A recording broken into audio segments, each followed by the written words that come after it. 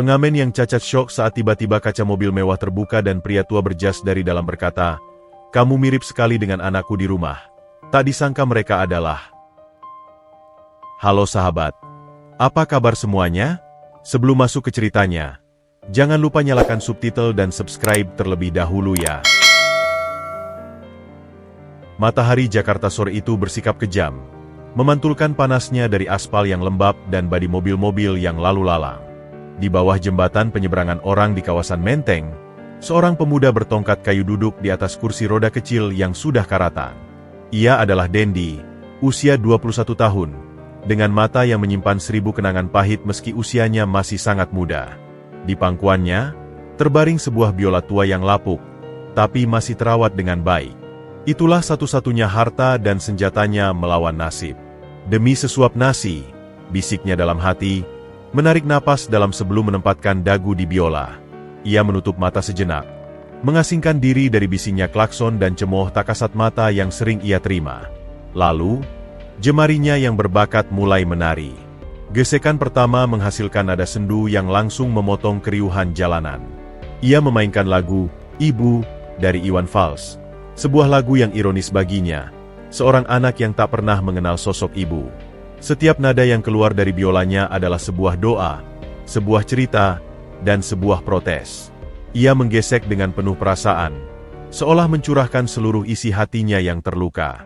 Kaki kanannya yang sejak lahir mengecil dan tak bertenaga teronggok tak berguna, menjadi pengingat abadi akan ketidakadilan hidup yang ia terima.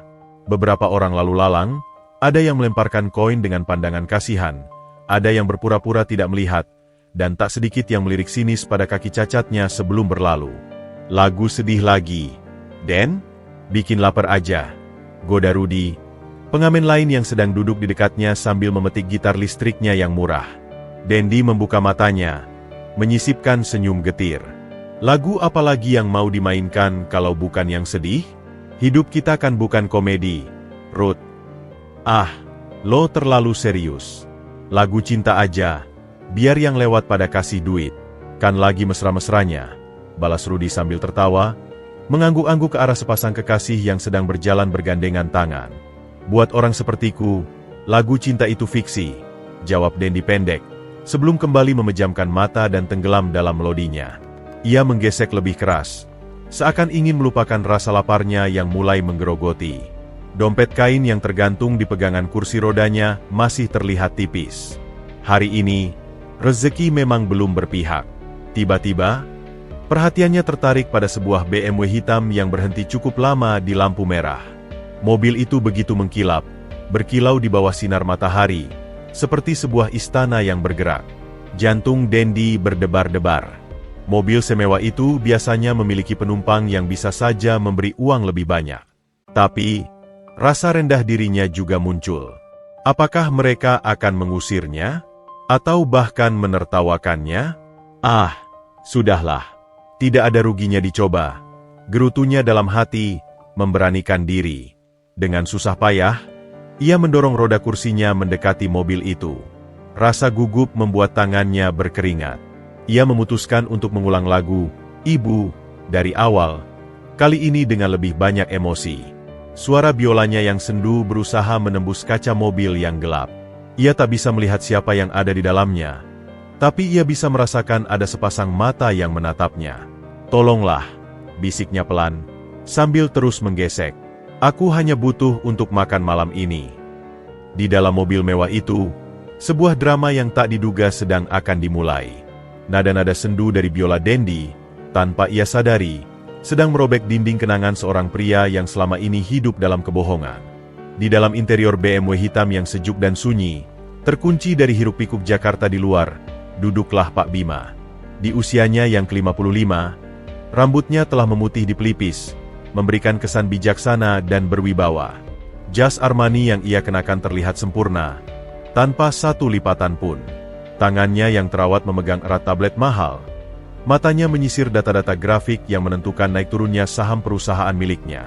Ia sedang mempersiapkan pertemuan penting dengan investor dari Singapura, pertemuan yang nilainya mencapai miliaran rupiah.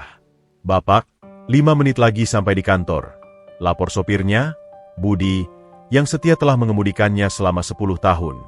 Bima hanya mengangguk singkat. Jemarinya masih asyik mengetik email.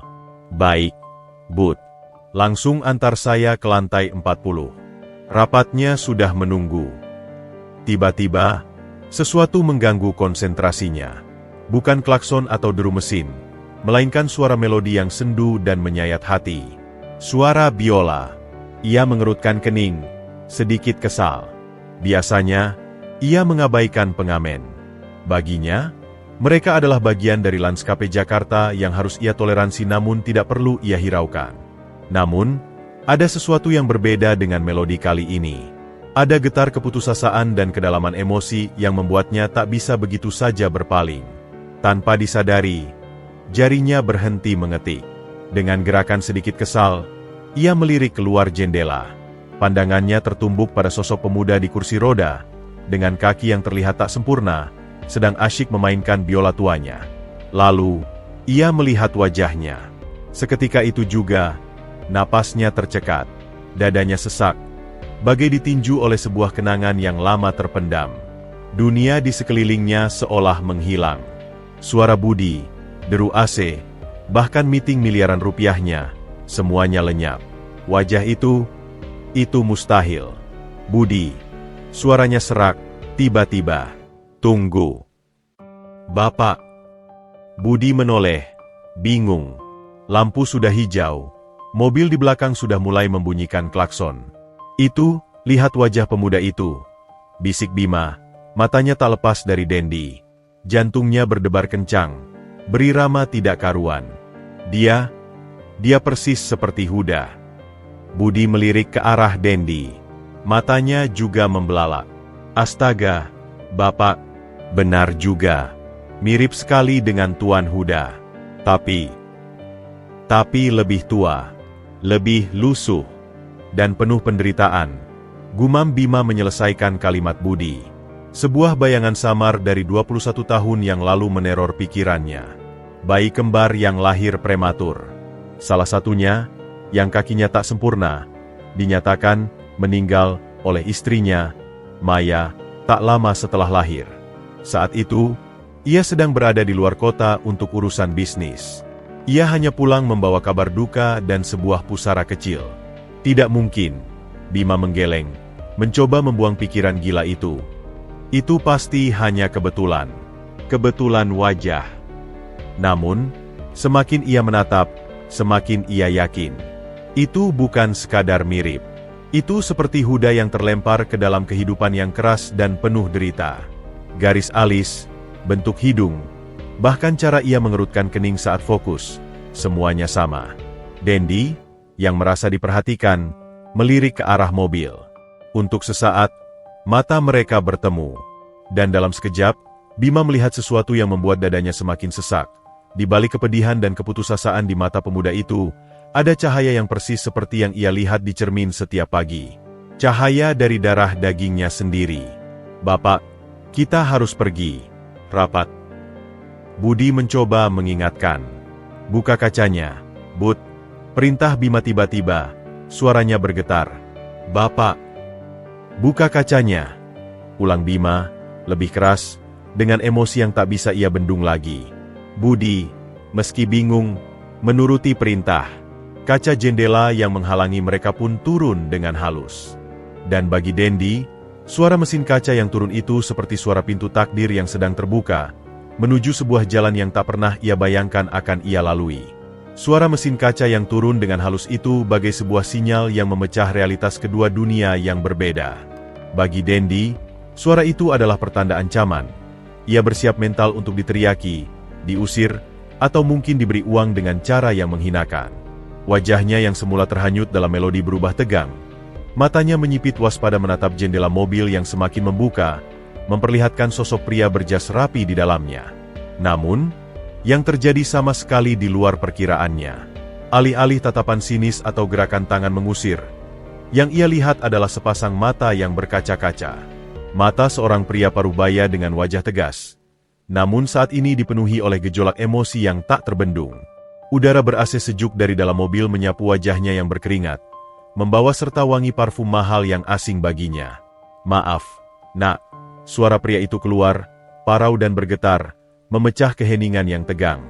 Boleh Bapak bicara sebentar? Dendi tertegun. Ia menelan ludah. Ini bukan skenario yang ia hafal. Biasanya, kalimat pembuka adalah, minggir, atau, jangan ganggu. Bukan permintaan yang hampir terdengar seperti permohonan ini. Saya cuma pengamen, Pak, jawab Dendi hati-hati, cengkeramannya pada biola semakin erat, siap menjadi tameng. Kalau mengganggu, saya minggir. Tidak mengganggu, bantah Pak Bima cepat. Tangannya refleks terangkat seolah ingin mencegah Dendi pergi. Ia menarik napas dalam, mencoba menenangkan diri. Lagu kamu sangat merdu. Dan wajahmu. Ia berhenti, seolah mencari kata-kata yang tepat. Kamu mirip sekali. Sangat mirip dengan anak Bapak di rumah. Sekarang Dendi yang kehilangan kata-kata.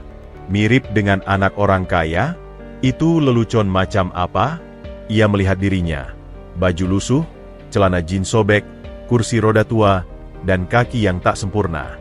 Lalu ia membayangkan anak seorang pria dengan mobil semewah ini. Pasti berseragam necis, wangi, dan tanpa cacat. Ia pun tertawa. Bukan tawa bahagia, melainkan tawa getir, sinis, tertahan. Tawa untuk menutupi rasa malu dan sakit yang tiba-tiba menyergap. Bapak pasti bercanda, katanya, menggeleng. Matanya menatap aspal panas. Anak Bapak pasti ganteng dan sehat. Saya cuma begini, Pak. Kata-kata, cacat, itu terlalu pahit untuk diucapkan. Mendengar jawaban itu, hati Pak Bima seperti diremas. Rasa bersalah yang tak jelas asalnya tiba-tiba membanjiri dirinya. Ia melihat betapa dalamnya luka harga diri pemuda di depannya. Ini bukan lelucon, Nak. Bapak sungguh-sungguh. Desaknya, suaranya semakin dalam dan serius. Ia mengeluarkan dompet kulitnya. Tetapi alih-alih mengeluarkan selembar uang receh, ia mengeluarkan selembar uang ratusan ribu rupiah. Tolong, Nak. Bapak hanya ingin berbicara. Naiklah sebentar. Kita bisa bicara di dalam. Mata Dendi membelalak pada uang itu. Itu lebih dari yang bisa ia kumpulkan dalam sebulan. Rasa waspada dan rasa lapar, baik secara fisik maupun akan belas kasihan, bertarung dahsyat dalam hatinya.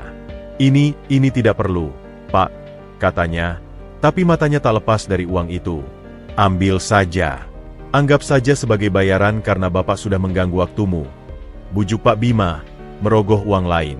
Dan tolong, naiklah. Hanya 10 menit. Bapak janji. Budi, sang sopir, yang sudah turun dan berdiri di dekatnya, dengan sopan membuka pintu belakang. Silakan, Mas. Dendi melihat ke sekeliling. Rudi, pengamen tadi, melongo dari kejauhan, memberikan kode dengan matanya yang bertanya-tanya. Jantung Dendi berdebar kencang. Ini bisa jadi sebuah kesempatan, atau sebuah jebakan. Tapi kebutuhan akan uang dan rasa penasaran yang menggelegar akhirnya mengalahkan segala keraguan. Dengan bantuan Budi, ia dengan susah payah berpindah dari kursi rodanya yang reot ke dalam interior mewah BMW itu. Kursi kulitnya yang empuk terasa seperti awan. Bau parfum dan kebersihan yang sempurna membuatnya merasa kotor dan tak pantas. Begitu pintu tertutup, dunia seolah terputus. Suara bising Jakarta menjadi senyap. Ia terkurung dalam sebuah kotak mewah bersama seorang pria asing yang memandanginya dengan tatapan yang tak bisa ia pahami. Campuran rasa kagum, sedih, dan kerinduan yang amat sangat. Budi, kita pulang dulu ke rumah, perintah Pak Bima, tanpa melepas pandangan dari Dendi. Tapi, Bapak, rapat dengan investor. Protes Budi lemah. Batal. Urusan ini lebih penting. Potong Bima dengan tegas. Ia kemudian menoleh pada Dendi yang kaku. Siapa namamu? Nak. Dendi, Pak, jawabnya pelan. Tangannya masih menggenggam erat uang dan biolanya. Dendi, ulang Bima, seolah mencoba rasa nama itu. Namamu bagus. Saya Bima. Senang bertemu denganmu. Dan dalam keheningan mobil yang meluncur meninggalkan kemiskinan dan kesibukan Jakarta, sebuah perjalanan menuju kebenaran yang tersembunyi selama 21 tahun pun dimulai. Takdir, melalui sebuah melodi sendu dari biola tua, akhirnya mempertemukan dua jalur kehidupan yang seharusnya tak pernah terpisah. Perjalanan menuju rumah Pak Bima terasa seperti mimpi bagi Dendi. Ia duduk kaku di kursi kulit yang empuk. Kedua tangannya menggenggam erat biola tua dan uang yang diberikan Bima. Ia tidak berani menyandar, khawatir akan mengotoni interior mobil yang serba bersih dan mengilap. Dari jendela, ia menyaksikan pemandangan Jakarta berubah drastis. Dari jalanan sempit dan padat dengan warung-warung kaki lima, kini mereka meluncur di jalanan lebar yang dipagari pohon-pohon rindang dan gerbang-gerbang rumah megah. "Kita hampir sampai," ujar Pak Bima, memecah keheningan yang sudah berlangsung cukup lama. Suaranya lebih tenang sekarang, namun sorot matanya masih penuh dengan gejolak yang tak tersampaikan. Dendi hanya mengangguk kecil, tak tahu harus berkata apa. Pikirannya dipenuhi oleh ribuan pertanyaan. Mengapa pria kaya ini membawanya? Apa yang sebenarnya diinginkannya? Apakah ini semacam lelucon sosial yang akan berakhir dengan penghinaan? Ia melihat bayangannya sendiri di kaca jendela yang gelap. Wajahnya yang kurus, rambutnya yang kusut, dan baju lusuhnya. Ia merasa seperti seekor tikus yang tersesat di istana. Mobil akhirnya melambat dan berbelok memasuki sebuah gerbang besi yang megah, dijaga oleh dua satpam seragam yang memberi hormat. Mereka melintasi jalan beraspal mulus yang diapit oleh taman yang tertata rapi dengan air mancur di tengahnya. Dan kemudian, sebuah rumah besar bergaya modern minimalis berdiri kokoh di hadapan mereka. Besar, putih, dan berkesan steril. Bagi Dendi, rumah itu terlihat lebih seperti museum atau hotel mewah daripada sebuah tempat tinggal. Jantung Dendi berdebar kencang. Rasanya ingin ia meminta Budi untuk memutar mobil dan mengembalikannya ke bawah jembatan. Tetapi sudah terlambat. Mobil telah berhenti di depan pintu masuk utama. "Budi, tolong bantu Dendi," perintah Pak Bima sebelum turun dari mobil. Dengan bantuan Budi, Dendi kembali duduk di kursi rodanya yang reyot. Kontras antara kursi rodanya yang karatan dan kemewahan rumah itu terasa begitu menyiksa. Ia merasa semua mata, para satpam, pembantu yang lalu lalang, bahkan patung-patung di taman, seolah menatapnya dengan penghakiman. "Jangan gugup, Mas. Mari saya dorong," kata Budi dengan suara rendah yang menenangkan, seolah bisa membaca pikiran Dendi. Mereka memasuki rumah melalui pintu kayu besar yang diukir halus. Interiornya lebih menakjubkan lagi. Lantai marmer mengilap, langit-langit tinggi dengan lampu gantung kristal, dan perabotan-perabotan yang terlihat sangat mahal. Udara di dalam ruangan sejuk dan wangi. Dendi menarik napas dalam-dalam, merasa semakin kecil dan tak berarti. Dan kemudian, takdir itu terjadi. Dari sebuah tangga melengkung yang megah di sebelah kiri, turunlah seorang pemuda. Pemuda itu mengenakan kaos polo putih bersih, celana chino kain, dan sepatu sneakers bermerek. Rambutnya tertata rapi, kulitnya bersih, dan tubuhnya atletis.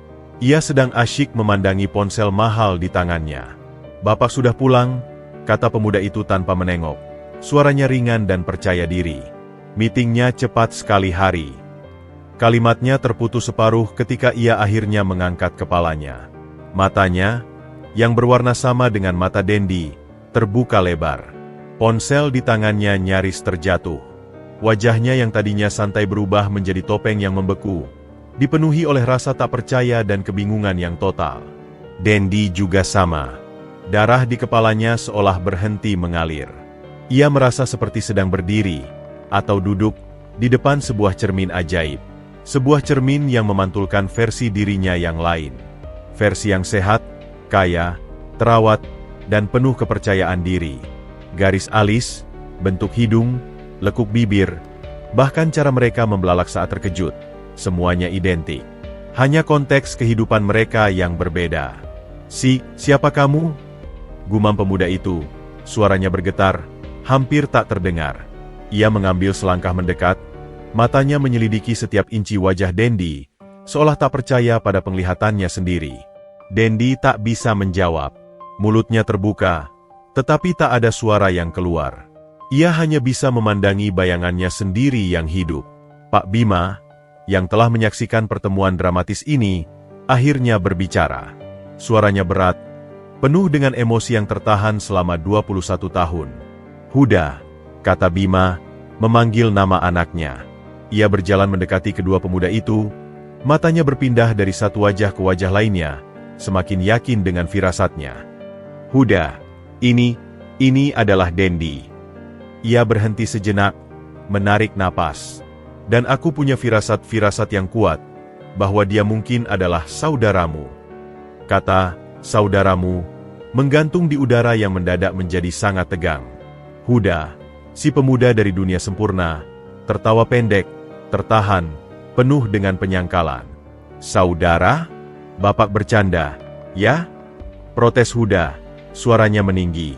Matanya masih tak lepas dari Dendi. Bagaimana mungkin? Ini tidak masuk akal. Dia. Ia tak melanjutkan. Tetapi tatapannya yang melirik cepat pada kursi roda dan kondisi Dendi yang lusuh sudah cukup menyelesaikan kalimatnya. Dendi akhirnya menemukan suaranya. Rasa malu, sakit hati, dan kemarahan bercampur menjadi satu. Ia merasa seperti sebuah barang aneh yang sedang diamati. Saya tidak tahu apa yang terjadi di sini, katanya. Suaranya rendah namun bergetar. Saya hanya seorang pengamen yang dibawa Bapak ke sini. Jika ini semacam lelucon, ini tidak lucu. Ia memutar kursi rodanya, bersiap untuk pergi. Rasa sakit karena ditolak, bahkan oleh bayangannya sendiri, terlalu pedih. Tunggu, seru Pak Bima, menahan laju kursi roda dengan tangan. Ini bukan lelucon, Dendi. Aku butuh penjelasan. Kita semua butuh penjelasan. Di saat yang sama, keributan di ruang tamu yang megah itu menarik perhatian penghuni rumah lainnya. Seorang wanita paruh baya yang elegan, dengan gaun sutra yang mahal, muncul dari balik pintu. Itu adalah Bu Maya. Apa yang terjadi, Bima? Siapa yang? Kalimatnya terputus separuh. Pandangannya jatuh pada Dendi. Dan dalam sekejap, wajahnya yang cantik dan terawat itu berubah menjadi topeng pucat yang dipenuhi horor mutlak. Sebuah jeritan panjang, penuh rasa bersalah dan ketakutan yang terpendam selama 2 dekade, memecah kesunyian rumah mewah itu. Dia, anak setan itu, dia kembali. Jeritan itu bagai pisau tajam yang menusuk ruang tamu yang megah, memotong habis segala ketegangan yang sempat terbangun. Suara Bu Maya bukan sekadar teriakan kaget, melainkan lolosan dari sebuah rasa bersalah dan trauma yang terpendam dalam-dalam selama 21 tahun. Jeritan yang penuh horor dan penolakan. Semua orang di ruangan itu terpaku, lumpuh oleh reaksi ekstrim itu. Bu Maya, wanita yang selalu tampil sempurna dengan riasan wajah yang tak pernah cacat dan pakaian termutakhir, kini berdiri dengan tubuh gemetar hebat. Tangannya yang terawat dengan sempurna mencengkeram dada gaun sutranya. Wajahnya pucat bagai kain kafan. Matanya, yang biasanya memancarkan keanggunan dan kendali diri, kini melotot penuh ketakutan liar, tak lepas dari sosok Dendi yang duduk kaku di kursi rodanya. Dia datang untuk balas dendam, teriaknya lagi, suaranya pecah dan nyaris histeris. Bawa dia pergi, Bima, usir dia. Dendi merasa seperti ditampar. Anak setan itu. Kata-kata itu bergema dalam kepalanya. Lebih menyakitkan daripada segala cacian yang pernah ia terima di jalanan. Air mata panas langsung memenuhi matanya, tetapi ia berusaha mati-matian untuk menahannya. Ia menunduk, tak tahan melihat ekspresi jijik dan ketakutan di wajah wanita yang tak ia kenal itu. Huda, tolong ibumu, perintah Pak Bima. Suaranya tegang mencoba mengambil kendali atas situasi yang sedang runtuh. Wajahnya sendiri dipenuhi kebingungan dan kekhawatiran. Reaksi Maya jauh lebih ekstrim daripada yang ia duga. Huda, yang masih terpana oleh kemiripannya dengan Dendi, segera bergerak. Ia melangkah mendekati ibunya yang mulai limbung dan memeluknya. Ibu, tenang. Ibu kenapa? Tanya Huda, suaranya panik. Ia menuntun ibunya yang nyaris roboh ke sofa kulit terdekat. Itu cuma seorang pengamen yang dibawa Bapak. Bukan. Dia bukan pengamen. Sanggah Bu Maya, menggenggam lengan Huda dengan kuku yang terawat. Napasnya tersengal-sengal. Dia hantu. Dia hantu dari masa lalu kita. Dia seharusnya tidak pernah kembali. Pak Bima mendekat, berlutut di depan istrinya. Wajahnya keras, penuh pertanyaan. Maya, apa yang kau bicarakan? Siapa dia? Kenapa kau bilang dia, anak setan? Tanyanya. Suaranya rendah namun penuh desakan. Bu Maya menggeleng-geleng tak karuan. Air mata mulai mengalir merusak riasan wajahnya. Jangan tanya, Bima. Tolong, usir dia. Sekarang juga. Dendi tak tahan lagi. Rasa malu, kemarahan, dan luka yang dalam membuatnya akhirnya berbicara. Dengan suara bergetar yang penuh upaya untuk tetap tegar, ia berkata, "Saya tidak tahu apa yang ibu bicarakan. Saya tidak mau jadi penyebab keributan. Saya akan pergi." Ia mencoba memutar kursi rodanya sendiri. Tangannya gemetar mencengkeram roda. Budi, yang berdiri di dekat pintu, dengan sigap maju untuk membantunya. "Tidak, Dendi, tunggu." Pak Bima berdiri, menghalangi. "Ada sesuatu yang tidak beres di sini. Aku tidak akan membiarkanmu pergi sebelum semuanya jelas." Ia menoleh pada istrinya, tatapannya kini penuh dengan kecurigaan yang mengerikan. "Maya, apa yang kau sembunyikan dariku selama ini, tentang bayi kita yang meninggal itu?" Seketika itu juga, seolah kutukan yang terpendam pecah, Bu Maya tak bisa lagi menahan beban di pundaknya. Tubuhnya menggigil tak terkendali. Lalu ia menjerit-jerit tak karuan, kata-katanya tak terbaca lagi, sebelum akhirnya matanya memutar dan tubuhnya lunglai di pelukan Huda. Ia pingsan. "Ibu!" teriak Huda, panik. "Budi, panggil dokter." "Cepat!" perintah Pak Bima. Suaranya menggelegar penuh keputusasaan. Kekacauan pun terjadi. Beberapa pembantu berhamburan. Ada yang mengambil bantal, ada yang mengambil air. Suara langkah-langkah cepat dan teriakan-teriakan panik memenuhi ruangan. Di tengah semua kekacauan itu, Dendi duduk sendiri. Ia merasa seperti sebuah bom yang baru saja meledak dan menghancurkan keluarga sempurna ini. Tatapan Huda yang kini menoleh padanya penuh dengan kebingungan, kemarahan, dan pertanyaan yang tak terucap. "Lihat apa yang kau lakukan," hardik Huda pada Dendi. Suaranya mendesis penuh amarah. "Kau datang dan menghancurkan segalanya." Dendi menatapnya, dan untuk pertama kalinya, rasa sakitnya berubah menjadi sebuah ketegaran yang dingin. "Saya tidak meminta untuk dibawa ke sini," jawabnya, suaranya datar, menutupi segala luka di hatinya. "Dan saya tidak tahu kenapa ibu Anda memanggil saya, anak setan. Mungkin Anda semua yang punya setan di masa lalu." Dengan upaya terakhir untuk menjaga sisa harga dirinya, Dendi mendorong kursi rodanya sendiri menuju pintu, meninggalkan kekacauan dan teriakan histeris di ruang tamu mewah itu. Ia tak tahu harus pergi kemana, tetapi satu hal yang ia tahu, ia lebih memilih kerasnya kehidupan di jalanan daripada neraka penolakan di istana ini. Kekacauan di ruang tamu yang megah itu berlangsung selama beberapa menit yang terasa seperti keabadian. Dokter keluarga, yang kebetulan tinggal tidak jauh, segera datang dan menangani Bu Maya yang pingsan. Dendi tetap bertahan di dekat pintu, dikawal oleh Budi yang wajahnya penuh simpati. Ia merasa seperti narapidana yang menunggu vonis. Huda duduk di samping ibunya. Wajahnya masih dipenuhi kebingungan dan kemarahan. Sesekali melirik Dendi dengan tatapan menyalahkan. Setelah kondisinya stabil dan dibawa ke kamar tidur untuk beristirahat, Pak Bima memutuskan untuk mengadakan semacam pengadilan keluarga di ruang perpustakaan yang lebih privat. Ruangan itu dipenuhi rak buku kayu mahogani dan aroma tua kulit serta kertas. Suasana begitu muram. "Dendi, tolong jangan pergi dulu," pinta Pak Bima. Suaranya terdengar sangat lelah. Ia duduk di sebuah kursi tinggi. Wajahnya menua 10 tahun hanya dalam hitungan jam. "Kita harus menyelesaikan ini. Untuk kebaikan semua orang." Dendi, dengan sisa-sisa harga diri yang masih tersisa, mengangguk pelan.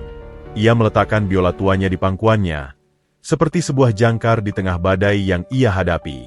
Huda tak bisa diam. "Bapak, untuk apa semua ini? Ibu sudah sakit karena dia. Apa Bapak tidak melihat itu?" "Diam, Huda!" hardik Pak Bima untuk pertama kalinya pada anak kesayangannya. Suaranya bergema di ruangan sunyi. "Ada sesuatu yang sangat salah di sini, dan aku ingin kebenaran. Sekarang."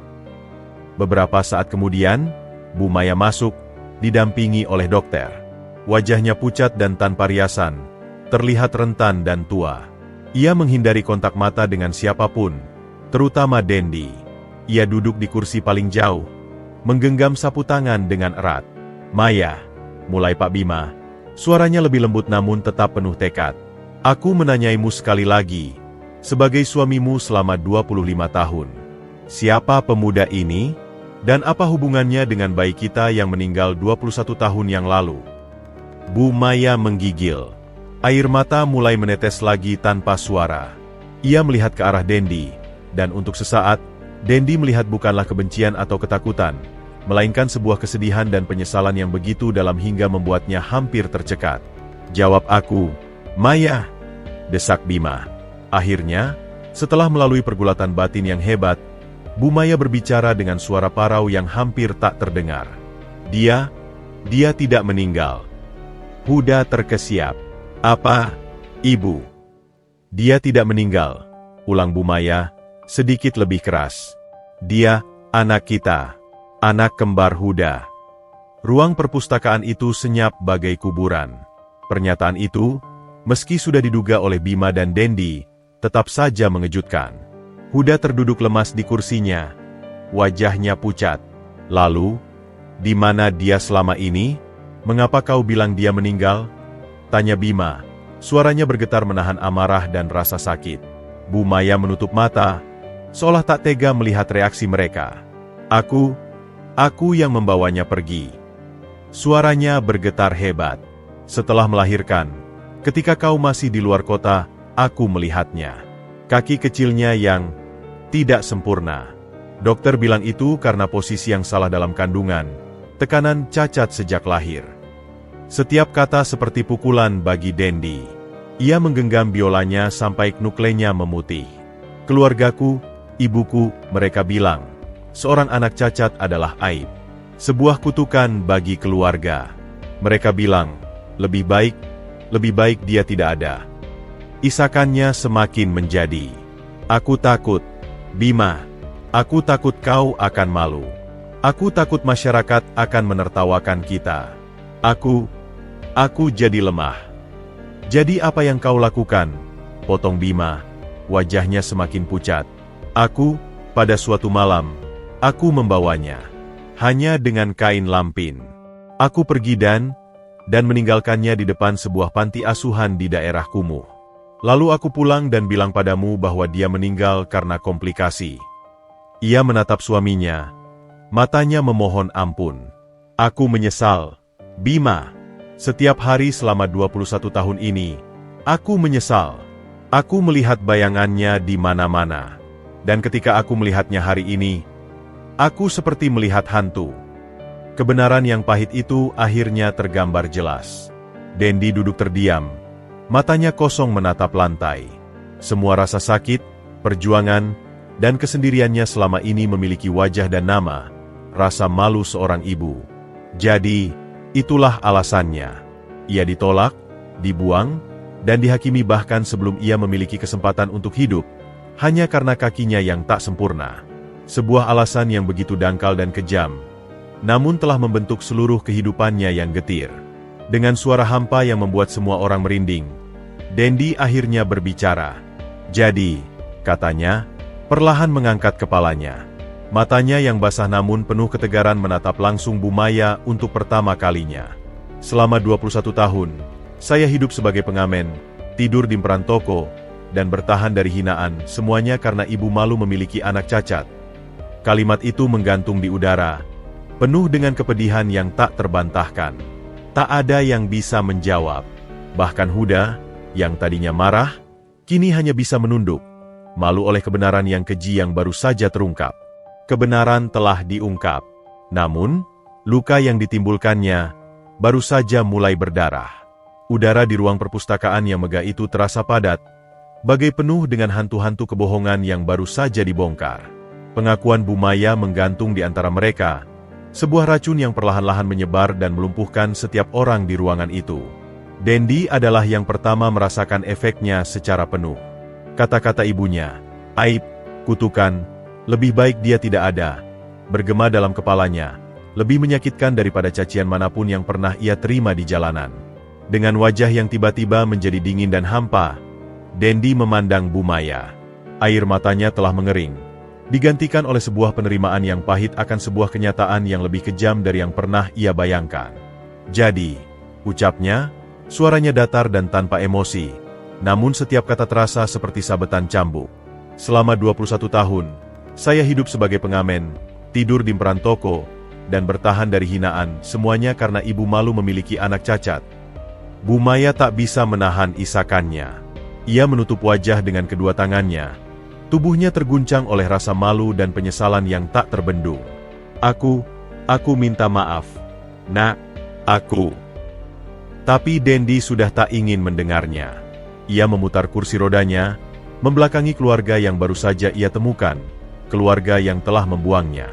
Saya pikir saya sudah mendengar cukup, katanya, suaranya tegas meski dalam hancurnya hati. Saya tidak mau mengganggu lagi. Saya akan kembali ke kehidupan saya. Tidak. Suara Pak Bima menggema, penuh dengan keputusasaan dan tekad yang membaja. Ia melangkah cepat, menghalangi jalan Dendi. Wajahnya yang biasanya tegar kini dipenuhi oleh air mata yang tak lagi ia tahan. Ia berlutut di depan kursi roda Dendi, sehingga pandangan mereka sejajar. Tindakan seorang pria berwibawa seperti Bima yang berlutut membuat semua orang, termasuk Huda, terpana. Dendi, dengarkan ayah, pinta Bima, suaranya bergetar penuh emosi. Tangannya yang biasanya memegang pena untuk menandatangani kontrak miliaran rupiah, kini gemetar mencoba memegang tangan Dendi yang kaku. Ayah tidak tahu. Ayah bersumpah, ayah tidak tahu sedikitpun tentang semua kebohongan ini. Jika ayah tahu, ayah akan mengobarkan seluruh kota untuk mencarimu. Dendi menatap lelaki yang mengaku sebagai ayahnya itu. Ia melihat kesedihan dan penyesalan yang tulus di mata pria itu. Tapi itu tidak cukup untuk menghapus luka 21 tahun. Ayah tidak akan membiarkanmu pergi lagi, nak, lanjut Bima, erat memegangi tangan Dendi seolah takut ia akan menghilang. Ini adalah rumahmu. Kamu adalah darah dagingku. Maafkan kami, maafkan ayah karena tidak melindungimu. Di sudut ruangan, Huda menyaksikan adegan itu dengan perasaan campur aduk. Adegan ayahnya berlutut memohon pada seorang pemuda cacat dan lusuh. Pemandangan yang tak pernah ia bayangkan, membuat dadanya sesak. Sebuah rasa iri yang aneh dan tak masuk akal menyelinap dalam hatinya. Selama ini, ia adalah pusat perhatian satu-satunya. Kini, ada orang lain yang bahkan membuat ayahnya rela merendahkan diri sedemikian rupa. Bapak, bisik Huda, suaranya serak. Dia jelas-jelas tidak ingin tinggal. Lihatlah dirinya. Mungkin lebih baik kita beri dia uang saja untuk memulai hidup baru. Mendengar itu, Dendi menyeringai getir. Ia menarik tangannya dari genggaman Bima. Uang? Hardik Dendi. Tatapannya tajam menatap Huda. Kau pikir segalanya bisa diselesaikan dengan uang? Kau pikir uang bisa membeli 21 tahun kehidupan yang seharusnya kujalani dengan keluarga? Kau pikir uang bisa menghapus rasa sakit karena tahu bahwa ibumu sendiri membuangmu karena malu? Huda terdiam, wajahnya memerah. Ia merasa terkoyak antara rasa bersalah dan kecemburuan. Dendi, Huda tidak bermaksud seperti itu. Bima mencoba menengahi. Tidak, Bapak, potong Dendi, menggunakan sebutan yang lebih formal. Biarkan saya pergi. Saya tidak butuh belas kasihan. Saya tidak butuh uang. Saya hanya butuh keluar dari sini. Ia mendorong kursi rodanya dengan sekuat tenaga, melewati Pak Bima yang masih berlutut. Kali ini, tak ada yang menghentikannya. Bahkan Budi, yang berdiri di dekat pintu, hanya bisa memandang dengan mata berkaca-kaca sambil membukakan pintu lebar-lebar. Dendi, tunggu!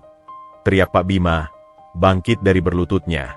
Setidaknya biar ayah antar kamu. Atau kita carikan kamu tempat yang layak. Dendi berhenti sejenak di ambang pintu, tanpa menoleh. Tempat yang layak? Ulangnya, suaranya hampa. Tempat yang layak bukanlah istana yang dibangun di atas kebohongan dan penolakan. Saya lebih memilih emperan toko yang tulus. Dan dengan kata-kata terakhir itu, Dendi mendorong dirinya keluar dari rumah megah itu, meninggalkan keheningan yang pecah oleh isakan Bu Maya dan napas berat Pak Bima. Ia kembali ke jalanan Jakarta yang keras, tetapi kali ini, dengan sebuah luka baru yang jauh lebih dalam. Luka karena ditolak oleh darah dagingnya sendiri untuk kedua kalinya. Keesokan harinya, suasana di rumah keluarga Bima masih terasa seperti pasca badai. Sunyi yang menggelikan menyelimuti setiap sudut rumah megah itu, seolah-olah dinding-dindingnya ikut menahan napas. Bu Maya mengurung diri di kamarnya, menolak untuk bertemu siapapun, diliputi rasa malu dan penyesalan yang menghancurkan. Pak Bima terlihat 10 tahun lebih tua. Duduk di ruang kerjanya tetapi matanya kosong menatap dokumen-dokumen yang tak terbaca. Huda adalah yang paling gelisah.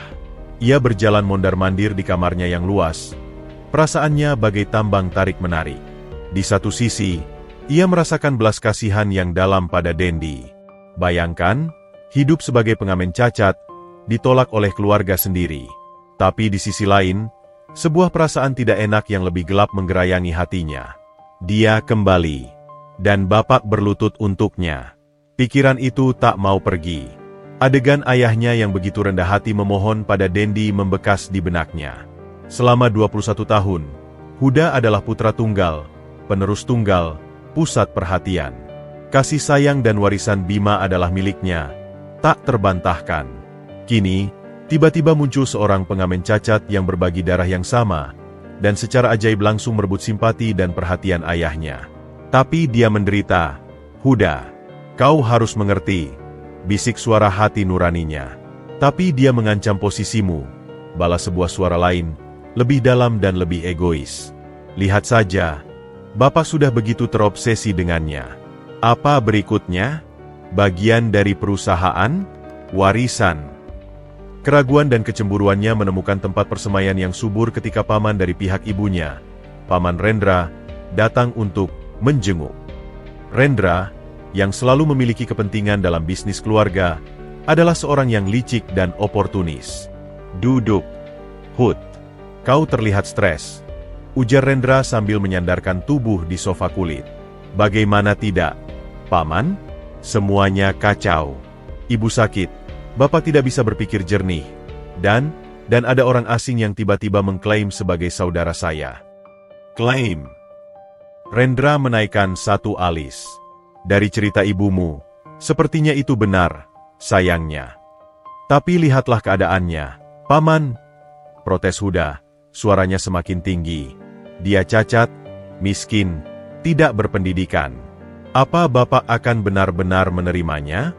Apa citra keluarga kita tidak akan hancur? Rendra menghela napas, berpura-pura simpati. Inilah yang selalu saya khawatirkan. Hud, kau terlalu polos. Lihatlah dari sudut pandang yang lebih praktis. Ia mendekat, suaranya berubah menjadi bisikan beracun. Bayangkan jika dia benar-benar tinggal di sini. Perhatian dan kasih sayang bapak pasti akan terbagi. Lalu, bagaimana dengan posisimu di perusahaan? Kau tahu bapak sudah mulai melibatkanmu dalam proyek-proyek besar. Apakah sekarang akan ada penerus lain yang harus dipertimbangkan? Huda terdiam, kata-kata pamannya menusuk tepat di ketakutannya yang paling dalam. Tapi, dia tidak terlihat seperti orang yang berambisi, bantah Huda lemah. Semua orang bisa berubah, Hud, terutama ketika mereka merasakan kemewahan untuk pertama kalinya, sahut Rendra dengan sinis. Orang miskin dan cacat seperti itu, dia akan menggenggam erat-erat kesempatan ini. Dia akan melakukan apa saja untuk mendapatkan apa yang menurutnya adalah haknya setelah direnggut selama 21 tahun. Dan lihat, dia sudah berhasil membuat bapakmu berlutut. Itu menunjukkan betapa hebatnya dia memainkan kartu korban. Huda mengerutkan kening. Paman Rendra memang selalu bisa membaca situasi dengan tajam. Mungkin ia benar. Mungkin semua air mata dan penolakan Dendi hanyalah sandiwara untuk mengambil hati bapak. Lalu, apa yang harus saya lakukan, Paman? Tanya Huda, suaranya penuh keraguan. Jangan biarkan dia masuk, nasihat Rendra. Lindungi posisimu. Ingatkan bapakmu tentang betapa berharganya reputasi keluarga. Dan yang terpenting, ia menatap Huda dalam-dalam. Jangan pernah meremehkan ancaman yang datang dari orang yang paling tak terduga. Percakapan itu meninggalkan bekas yang dalam pada Huda. Ketika ia bertemu Pak Bima untuk makan malam, yang hanya dihadiri mereka berdua dalam keheningan yang canggung, Huda memutuskan untuk mencoba pendekatan. "Bapak, bagaimana kabar ibu?" buka Huda. "Masih belum mau keluar kamar," jawab Bima pendek, menyuap nasi tanpa selera. "Dan Dendi, apa bapak sudah mencarinya?" Bima mengangkat kepalanya, matanya berbinar sedikit. "Belum. Tapi ayah akan mencarinya. Ayah harus membawanya pulang." Huda menelan ludah. "Bapak, apa itu bijaksana? Maksud saya, lihatlah reaksi ibu. Ibu hampir gila karena melihatnya. Dan secara sosial, Bapak, bagaimana penjelasan kita pada masyarakat? Bahwa kita punya anak cacat yang adalah seorang pengamen, reputasi keluarga dan perusahaan." Beruak, Bima melempar sendoknya ke piring. Suaranya memecah keheningan. "Jadi itu yang kau pikirkan, Huda? Reputasi?" Hardik Bima. Wajahnya memerah karena marah dan kekecewaan. "Anak kita, saudara kembarmu, hidup dalam penderitaan selama 21 tahun karena reputasi. Dan kau masih memikirkan itu. Tapi Bapak..." "Tidak ada tapi," potong Bima. "Dendi adalah darah daging kita. Dia adalah bagian dari keluarga ini, terlepas dari apapun kondisinya atau masa lalunya. Dan jika kau tidak bisa menerimanya, mungkin kau yang perlu mempertanyakan dirimu sendiri." Bima berdiri, meninggalkan makanannya yang hampir utuh, dan pergi dengan langkah marah. Huda ditinggal sendirian di meja makan yang besar. Perasaannya campur aduk. Kemarahan ayahnya hanya memperkuat ketakutannya. Kata-kata Paman Rendra bergema di telinganya. Ancaman itu nyata. Posisinya sebagai anak tunggal, sebagai penerus, benar-benar terancam. Dendi, si pengamen cacat yang malang, tanpa menyadarinya, telah berubah dari seorang korban menjadi seorang pesaing di mata saudara kembarnya sendiri. Sebuah permusuhan diam-diam mulai menyala, mengancam untuk memecah belah keluarga yang sudah rapuh ini lebih dalam lagi. Beberapa hari berlalu setelah kepergian Dendi yang dramatis. Namun, tekad Pak Bima untuk menemukan dan membawa pulang anaknya tak pernah luntur. Dengan menggunakan sumber dayanya, ia berhasil melacak Dendi kembali ke sebuah losmen kumuh di daerah Manggarai. Kali ini, Bima datang sendiri, tanpa pengawal, dengan mobil yang lebih sederhana. Pertemuan mereka penuh dengan air mata dan permohonan maaf yang tak henti-henti dari Bima. Setelah perdebatan panjang dan melihat ketulusan di mata ayahnya, yang jelas-jelas tidak tahu menahu tentang pembuangannya, Dendi akhirnya, dengan hati yang masih terluka, setuju untuk tinggal di rumah keluarga Bima. Bukan untuk harta atau kemewahan, tetapi untuk kesempatan yang ia dambakan sejak kecil, sebuah keluarga. Kembalinya Dendi ke rumah megah itu diwarnai dengan keheningan yang canggung. Bu Maya masih menghindari pertemuan, lebih memilih untuk makan di kamarnya. Huda bersikap sopan namun dingin, menjaga jarak yang jelas. Hanya Pak Bima yang berusaha mati-matian membuat Dendi merasa diterima. Pagi ini adalah hari pertama Dendi benar-benar tinggal di rumah itu. Ia terbangun di sebuah kamar yang luas, lebih besar dari seluruh losmen tempat ia biasa tinggal. Kasur empuk, bantal lembut, dan AC yang berdesis pelan. Semuanya terasa asing dan hampir tidak nyata. Ia duduk di tepi tempat tidur, melihat kursi roda barunya yang lebih modern yang dibelikan Bima, terparkir di samping ranjang. Meski nyaman, ia merasa seperti penipu. Saat ia mencoba untuk mandi, pertarungan pertama dimulai. Kamar mandi mewah dengan batu besar dan shower yang penuh dengan tombol-tombol membuatnya bingung. "Ada yang bisa saya bantu, Tuan Dendi?" tanya seorang asisten rumah tangga yang muda, tiba-tiba muncul di pintu. Dendi terkejut dan malu. Tidak, saya bisa sendiri." Ia berusaha keras memindahkan tubuhnya dari kursi roda ke kursi plastik khusus di shower, sebuah proses yang lambat dan memalukan baginya. Ia merasa setiap gerakannya diawasi. Saat sarapan, konflik berikutnya muncul. Meja makan yang panjang dihiasi dengan peralatan perak yang berkilauan. Ada beberapa garpu, sendok, dan pisau dengan berbagai ukuran. Dendi duduk di kursinya, bingung harus mulai dari mana. Huda, yang sudah duduk di seberangnya, memperhatikannya dengan diam-diam. "Untuk roti, biasanya pakai pisau yang kecil ini," ujar Huda tiba-tiba, suaranya datar, tanpa senyum. Dendi mengangguk, wajahnya memerah. "Oh, terima kasih." Ia mencoba mengambil gelas kristal yang berisi jus jeruk. Tangannya, yang biasanya kuat dan terampil menggesek biola, gemetar karena gugup. Gelas itu terpeleset dari tangannya dan jatuh, menghantam piring dan menumpahkan jus ke taplak meja yang putih bersih. Biur. Pecah. Keheningan yang menyiksa. Semua mata pelayan yang berdiri di samping meja tertuju padanya. Maaf. Saya tidak sengaja. Dendi buru-buru mengambil serbet untuk membersihkan, tetapi tangannya hanya memperburuk tumpahan. Itu tidak apa-apa, nak, ucap Pak Bima dengan lembut, mencoba menenangkan. Sofia, tolong bersihkan. Tapi kerusakan sudah terjadi. Rasa malu Dendi membara. Ia merasa seperti badut, orang kampung yang tidak tahu adat. Setelah sarapan, Pak Bima mengajaknya berkeliling rumah. Setiap ruangan adalah pengingat akan jurang pemisah yang sangat lebar antara mereka. Ini ruang keluarga. Kita biasa menonton film di sini, kata Bima, membuka pintu ke sebuah ruangan dengan layar datar raksasa dan sofa berbulu. Dendi hanya bisa mengangguk. Ia membayangkan Huda tumbuh besar menonton film di sini, sementara ia tidur di bawah jembatan. Lalu, mereka melewati sebuah ruangan musik kecil. Sebuah piano grand hitam mengilap berdiri di tengah ruangan. Kau suka musik, kan? Tanya Bima, bersemangat. Ini adalah hadiah untuk Huda waktu ulang tahunnya yang ke-10. Sayangnya, dia tidak terlalu berminat. Dendi mendekati piano. Jarinya hampir menyentuh tuts-tuts putih yang berkilau. Ia kemudian melihat biolanya sendiri yang tua dan lapuk, yang ia bawa dan letakkan di sebuah sudut ruangan. Kontras antara biola tuanya dan piano mewah itu bagaikan metafora untuk hidup mereka, ia dan Huda. Biola saya terlihat tidak pantas di sini, ya? Gumam Dendi pelan. Tidak, sama sekali tidak, bantah Bima cepat. Itu adalah bagian darimu. Ayah akan membelikanmu biola yang baru, yang terbaik. Tidak, sahut Dendi, sedikit terlalu keras. Ia menarik napas.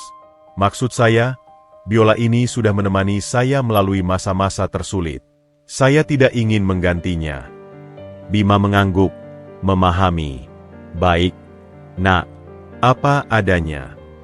Namun, di balik kata-katanya, Dendi merasa semakin terasing. Segala sesuatu di rumah ini adalah tentang kemewahan, tentang mengganti yang lama dengan yang baru. Sedangkan hidupnya dibangun di atas kenangan pahit dan sedikit harta yang ia pertahankan mati-matian. Puncaknya adalah ketika ia bertemu Bu Maya secara tidak sengaja di koridor. Maya sedang akan masuk ke kamarnya. Ketika melihat Dendi, wajahnya berubah pucat. Ia tidak berkata apa-apa, hanya mempercepat langkahnya dan membanting pintu kamarnya. Dendi terdiam di koridor yang luas, sendirian. Ia menatap pintu kamar yang tertutup. Penolakan itu, meski tanpa kata-kata, terasa lebih menyakitkan daripada teriakan histeris sebelumnya. Ia mendorong kursi rodanya menuju kamarnya, merasa lebih terasing daripada ketika ia tidur di pinggir jalan. Di sana, di tengah kemiskinan, ia diterima oleh sesama gelandangan. Di sini, di tengah kemewahan, ia adalah orang asing, sebuah noda yang tidak diinginkan, sebuah pengingat yang memalukan dari masa lalu. Mungkin saya memang tidak blonghere, bisiknya pada dirinya sendiri, sambil memeluk erat biola tuanya, satu-satunya benda yang tidak pernah menolaknya. Ketegangan di rumah keluarga Bima semakin mengental bagai sup yang terlalu lama dimasak. Dendi, yang berusaha keras beradaptasi, menghabiskan sebagian besar waktunya di kamar atau di ruang musik kecil, menemukan pelipur lara dalam biolanya. Setiap nada yang ia gesek adalah pelampiasan atas rasa keterasingan dan kerinduan akan penerimaan yang tulus.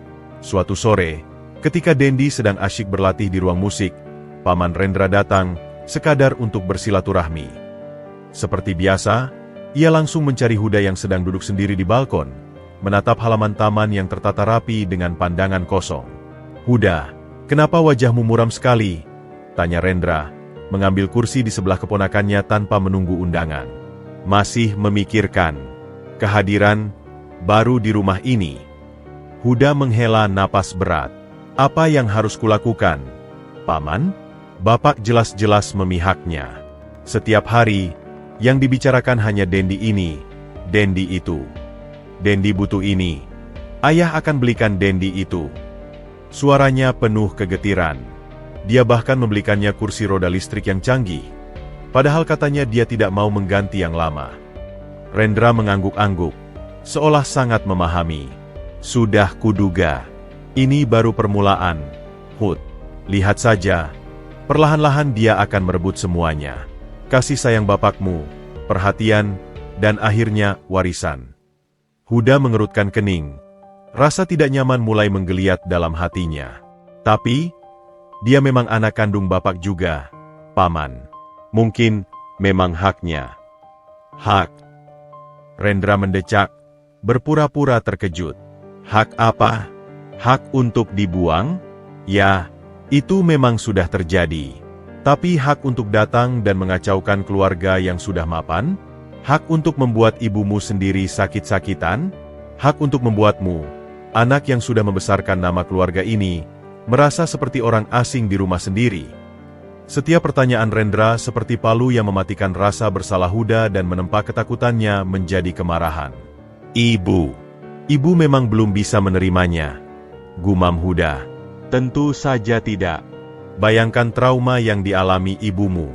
Dan lihatlah dirinya, Huda. Rendra menurunkan suaranya menjadi bisikan beracun. Dia cacat, miskin, dan tidak berpendidikan. Apa kau pikir seseorang seperti itu bisa mengelola warisan keluarga sebesar ini? Apa kau pikir dia punya kapasitas? Atau, ini semua adalah sandiwara untuk mendapatkan belas kasihan dan akhirnya, harta? Huda terdiam. Benih keraguan yang ditabur pamannya mulai bertunas. Bapak bilang dia sangat berbakat memainkan biola, bantah Huda lemah. Biola? Rendra mengejek. Itu bisa jadi bakat, atau bisa juga trik untuk menarik simpati. Orang seperti dia, hidup di jalanan, pasti pintar memanipulasi perasaan. Lihat saja, hanya dalam hitungan hari, dia sudah berhasil membuat bapakmu membelikannya barang-barang mahal. Itu bapak yang memaksa, kata Huda, membela tanpa keyakinan. Atau itulah yang dia ingin kamu pikir, sahut Rendra dengan licik. Dia bermain peran sebagai korban yang tidak menginginkan materi, sementara di balik itu, dia dengan lahap menerima segala pemberian bapakmu. Itu namanya hipokrit, Hud. Huda menatap ke kejauhan. Pertarungan batinnya semakin sengit. Paman Rendra seolah bisa membaca pikirannya. Kau harus melindungi dirimu sendiri, keponakanku. Kau adalah masa depan keluarga ini. Jangan biarkan seorang pengamen cacat yang datang, entah dari mana merusak segalanya. Rendra meletakkan tangan di pundak Huda. Kau harus mengingatkan bapakmu. Tunjukkan padanya betapa tidak pantasnya Dendi untuk menjadi bagian dari keluarga ini, apalagi untuk terlibat dalam bisnis keluarga. Tapi bagaimana caranya? Tanya Huda, suaranya penuh kebingungan. Rendra tersenyum tipis. Senang karena pesannya mulai diterima. Perlihatkan kontras antara kalian berdua. Kau adalah Huda, putra yang terdidik, berwawasan, dan pantas menjadi penerus. Dia hanyalah Dendi, si pengamen cacat yang tidak tahu tata krama dan hanya bisa menarik belas kasihan. Biarkan bapakmu melihat sendiri betapa berbedanya kalian. Pada akhirnya, dia akan menyadari bahwa kau adalah satu-satunya pilihan yang logis. Percakapan itu meninggalkan bekas yang dalam. Ketika Huda bertemu Dendi di ruang makan malam itu, tatapannya sudah berbeda. Bukan lagi sekadar dingin, tetapi kini mengandung penilaian dan sedikit kebencian. Dendi, yang merasakan perubahan itu, hanya bisa menunduk. Ia mencoba mengambil sendok sup dengan tangan kirinya, karena tangan kanannya masih pegal setelah berlatih biola. Biasanya, kita makan sup dengan tangan kanan, ujar Huda tiba-tiba. Suaranya datar namun terdengar menghakimi. Semua orang di meja, Pak Bima dan beberapa pelayan, terdiam. Dendi membeku. Sendok masih di tangan kirinya. Pipinya memerah. Biarkan saja, Hud. Itu tidak penting. Potong Pak Bima, mencoba meredakan ketegangan. Tapi Bapak, kita harus mengajarkannya tata krama jika dia ingin tinggal di sini. Bukan? Bantah Huda, berpura-pura peduli. Agar dia tidak mempermalukan diri sendiri dan keluarga di depan umum nanti. Kata-kata itu seperti tamparan. Dendi meletakkan sendoknya dengan pelan. Maaf, bisiknya. Saya tidak tahu. Iya, memang kau tidak tahu banyak hal, gumam Huda, cukup keras untuk didengar Dendi, sebelum kembali menyantap makanannya. Pak Bima memandangi kedua anaknya. Wajahnya berkerut oleh kekhawatiran. Ia bisa merasakan permusuhan yang mulai terbuka dari Huda. Dendi tidak menyelesaikan makan malamnya. Ia meminta izin untuk kembali ke kamar. Di dalam kesendirian kamar mewahnya, ia memandangi kursi roda listrik yang mahal itu. Barang yang seharusnya memudahkan hidupnya, kini terasa seperti simbol penolakan. Bisikan racun Paman Rendra telah bekerja dengan sempurna, mengubah rumah yang seharusnya menjadi pelindung, menjadi medan perang diam-diam antara dua saudara kembar. Dan Dendi, dengan segala luka dan kerapuhannya, merasa semakin tidak berdaya. Beberapa minggu telah berlalu sejak Dendi tinggal di rumah keluarga Bima. Suasana tetap tegang, tetapi Pak Bima, dengan penuh harapan, percaya bahwa memberikan tanggung jawab bisa mempersatukan kedua putranya. Suatu pagi, ia memanggil Huda dan Dendi ke ruang kerjanya yang megah. "Anak-anak, ayah punya proyek kecil untuk kalian berdua," ujar Bima, duduk di balik meja kerjanya yang besar. "Ini adalah ujian untuk melihat kemampuan kalian." Huda, yang sudah terbiasa dengan urusan bisnis, duduk dengan percaya diri. Dendi, di sisi lain, merasa gugup. Ia duduk di kursi rodanya di seberang meja, merasa kecil di ruangan yang dipenuhi piagam dan trofi itu. "Perusahaan kita akan mengadakan acara amal tahunan untuk anak-anak disabilitas," lanjut Bima. "Ayah ingin kalian berdua menangani bagian hiburan dan logistik acara ini. Anggaran untuk masing-masing bagian adalah 100 juta. Huda mengangkat alis. "Hanya 100 juta, Bapak? Untuk hiburan yang berkualitas? Ini acara amal, Hud, bukan konser megah," jawab Bima dengan sabar. "Dendi, kau akan menangani hiburan. Kau mengerti musik dan pasti punya ide yang bagus untuk menghibur anak-anak. Huda, kau handle logistik, tempat, konsumsi, dan dekorasi." Wajah Huda berkerut. Diberikan proyek yang sederhana dan harus bekerja sejajar dengan Dendi, itu seperti penghinaan baginya. "Baik, Bapak," kata Huda, berusaha tersenyum. Dendi mengangguk pelan. "Saya akan coba yang terbaik, Bapak." Bagian Huda, kemewahan yang ceroboh. Huda, yang merasa proyek ini di bawah standarnya, menangani logistik dengan gaya boros dan ceroboh. Ia memesan ballroom di Hotel Bintang 5 tanpa menawar. "Untuk dekorasi, saya ingin bunga segar impor dari Belanda," perintah Huda pada event organizer yang ia sewa. "Dan untuk konsumsi, catering dari Hotel Mandarin saja. Ini untuk anak-anak disabilitas, jadi harus yang terbaik." Ia tidak peduli dengan anggaran. Baginya, citra keluarga adalah segalanya. Stafnya mencoba memperingatkan, "Tuan Huda, dengan bunga impor dan catering mewah, anggaran logistik bisa meledak hingga 3 kali lipat." "Hanya lakukan saja," potong Huda tak acuh. "Bapak pasti akan mengerti. Lagi pula, ini untuk amal." Tanpa sepengetahuan Huda, event organizer yang ia sewa adalah rekomendasi Paman Rendra dan dikenal sering memarkup harga. Sebagian keuntungan akan kembali ke Rendra. Bagian Dendi, efisiensi dan hati. Sementara itu, Dendi mendekati proyeknya dengan sangat berbeda. Alih-alih menyewa artis mahal, ia punya ide lain. Ia mengunjungi panti-panti asuhan dan komunitas anak disabilitas, mencari bakat-bakat terpendam di sana. "Kita tidak perlu artis mahal," katanya pada seorang koordinator relawan. "Mari kita beri panggung pada mereka. Biarkan mereka yang menjadi bintang." Ia menemukan seorang gadis tunanetra dengan suara emas, seorang anak dengan Down syndrome yang pandai menari, dan sekelompok remaja tuli yang mahir dalam menari modern dengan mengikuti getaran musik. Dendi sendiri akan tampil dengan biolanya. Untuk peralatan sound dan panggung, Dendi tidak menyewa yang termahal. Ia mencari penyewaan yang bersedia memberi diskon untuk acara amal. Ia bahkan merogoh kocek pribadi, uang receh yang ia kumpulkan selama ini, untuk menutupi kekurangan anggaran, daripada meminta tambahan dari ayahnya. Hari presentasi. 2 minggu kemudian, keduanya mempresentasikan progres mereka di depan Pak Bima. Huda memamerkan brosur hotel mewah, menu catering mewah, dan desain dekorasi yang glamor. Total biaya logistik adalah 280 juta, Bapak, akunya tak acuh. Memang melampaui anggaran. Tapi untuk citra keluarga, ini investasi.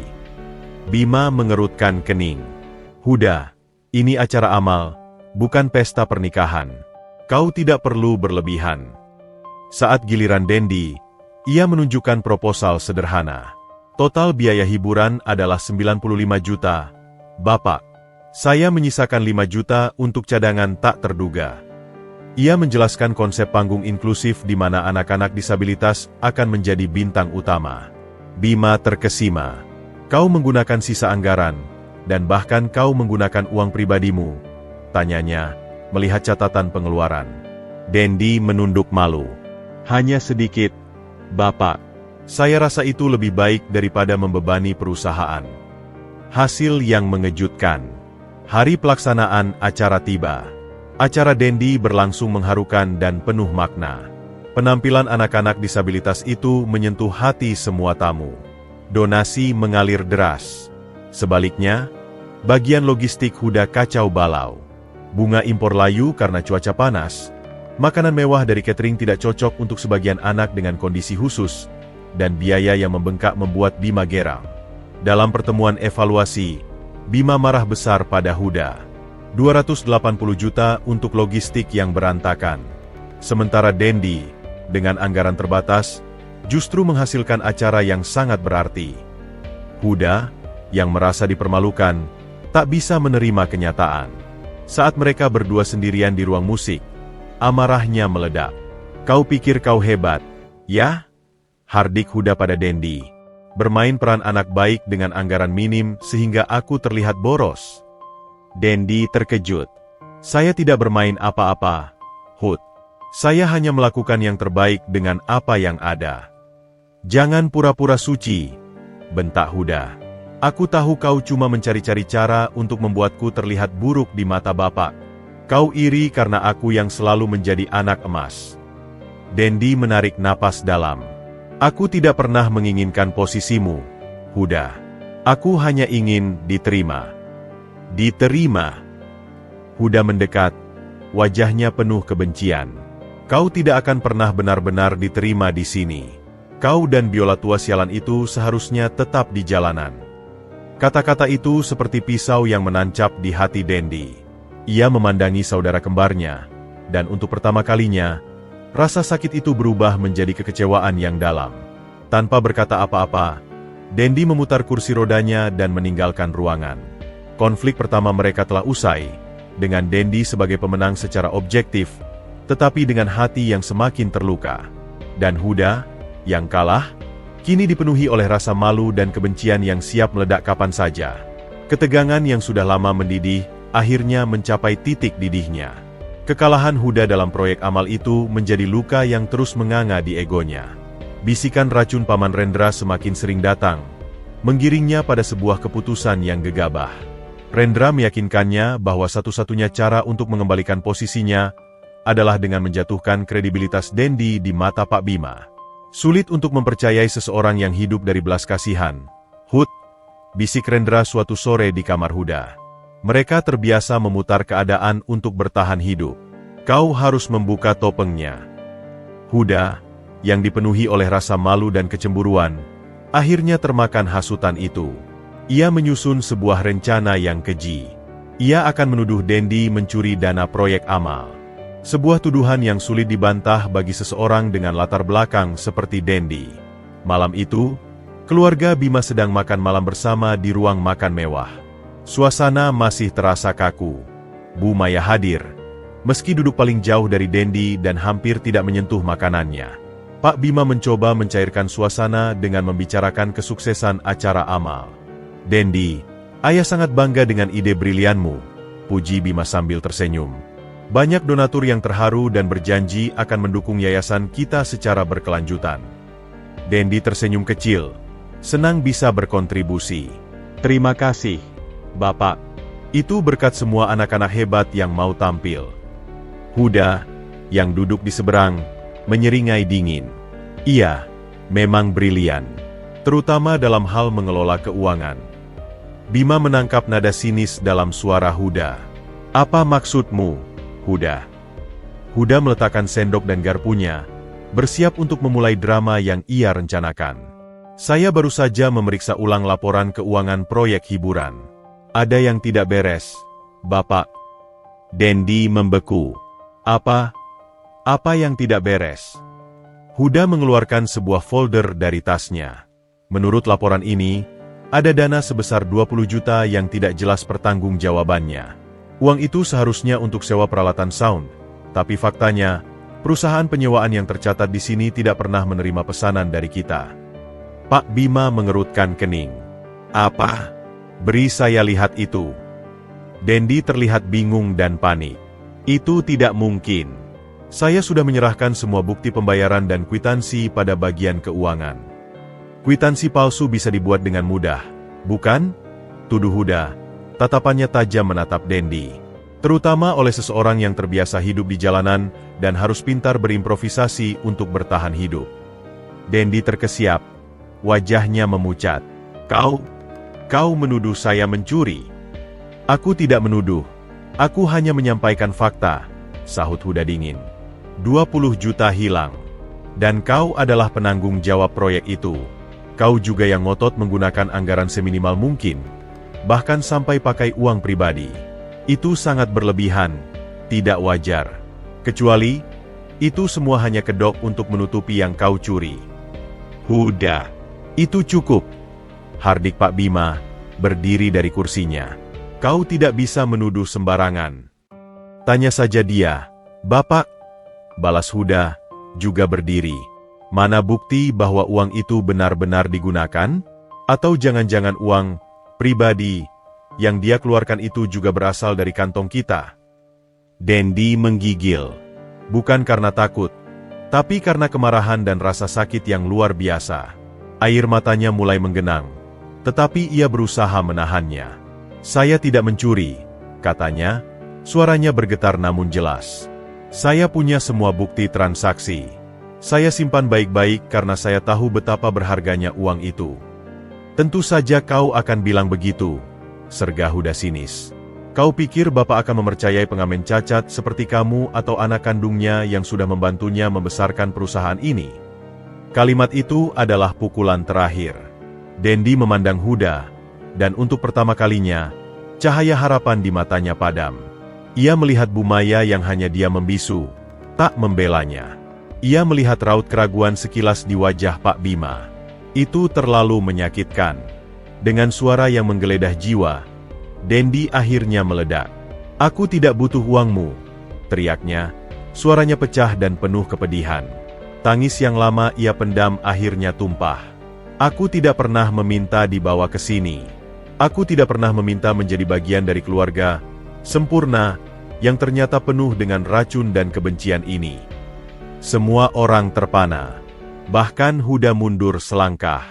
Aku hanya ingin sebuah keluarga yang menerimaku apa adanya. Lanjut Dendi, isakannya semakin menjadi. Sebuah ibu yang tidak malu padaku. Seorang ayah yang tidak perlu ragu mempercayaiku. Dan seorang saudara yang tidak menganggapku sebagai musuh. Ia memandang Huda dengan mata yang basah dan terluka. Kau tahu, Huda, selama di jalanan, aku selalu bermimpi punya saudara. Tapi aku tidak pernah menyangka, saudara kandungku sendiri akan menjadi orang yang paling menyakitiku. Dendi kemudian menatap Pak Bima. Dan Bapak, terima kasih sudah membawaku ke sini. Setidaknya sekarang aku tahu, bahwa tidak semua mimpi indah layak untuk menjadi kenyataan. Kadang, kenyataan justru lebih kejam daripada mimpi terburuk sekalipun. Dengan air mata yang mengalir deras, Dendi mendorong kursi rodanya menjauh dari meja makan. Saya akan pergi. Dan kali ini, tolong jangan cari saya lagi. Biarkan saya kembali ke kehidupan saya yang sederhana. Di sana, meski miskin dan cacat, setidaknya saya tidak harus berjuang setiap hari hanya untuk membuktikan bahwa saya layak untuk dicintai. Ia mendorong kursi rodanya keluar dari ruang makan, meninggalkan keheningan yang pecah oleh isakan Dendi yang masih terdengar. Pak Bima terduduk lemas. Wajahnya dipenuhi penyesalan yang dalam. Huda berdiri kaku, menyadari betapa kejinya tuduhannya, tetapi rasa malu membuatnya tak bisa meminta maaf. Bu Maya, untuk pertama kalinya, Menatap punggung Dendi yang menjauh dengan mata yang berkaca-kaca, dan sebuah rasa bersalah yang selama ini ia pendam, akhirnya meledak menjadi sebuah kesadaran yang menyakitkan. Mereka telah kehilangan seorang anak untuk kedua kalinya. Dan kali ini, kesalahan sepenuhnya ada pada mereka. Malam itu, Dendi meninggalkan rumah keluarga Bima dengan hati yang hancur berkeping-keping. Jakarta yang biasanya terasa dingin dan kejam, justru terasa lebih menerima daripada rumah mewah yang ia tinggalkan. Dengan sisa kekuatan dan uang receh yang masih ia miliki, ia menyewa sebuah kamar di losmen kumuh yang sama di Manggarai, tempat Pak Bima menemukannya dulu. Kamar itu sempit, pengap, dengan dinding yang lembab dan kasur yang berbau apek. Tapi bagi Dendi, bau apek itu lebih tulus daripada wangi parfum mahal di rumah Bima. Keesokan harinya, ia kembali ke kehidupan lamanya. Di bawah jembatan penyeberangan yang sama, dengan biola tua yang sama, ia mulai menggesek lagi. Namun, ada yang berbeda. Nadanya kini bukan lagi sendu, melainkan getir dan penuh keputusasaan. Setiap gesekan seolah melukiskan luka hatinya yang dalam. Teman-teman pengamennya menyambutnya dengan gembira. "Dendi, kemana aja lo? Bang, kangen nih denger lagu-lagu sedih lo," sapa Rudi, pengamen gitar yang dulu sering menemaninya. Dendi mencoba tersenyum, tapi tidak sampai ke matanya. "Ada urusan keluarga, Ruth. Sekarang udah beres." Tapi Rudi, yang sudah lama hidup di jalanan, bisa melihat bahwa ada yang tidak beres. "Lo kelihatan gak baik, Den. Keluarga lo nyiksa lo." Dendi tertawa getir. "Bukan menyiksa, Ruth. Tapi, lebih menyakitkan dari itu." Ia tidak mau bercerita lebih lanjut. Baginya, mengungkitnya kembali hanya akan memperpanjang luka. Hari-hari berlalu. Dendi kembali pada rutinitas lamanya. Bangun pagi, mengamen seharian, dan kembali ke losmen dengan uang yang pas-pasan untuk makan.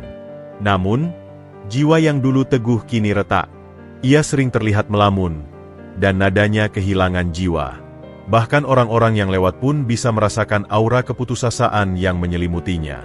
Suatu sore, hujan turun dengan deras. Dendi berteduh di bawah jembatan, sendirian. Ia memeluk biolanya, menatap hujan yang menghujani Jakarta. Pikirannya melayang pada kejadian beberapa minggu terakhir.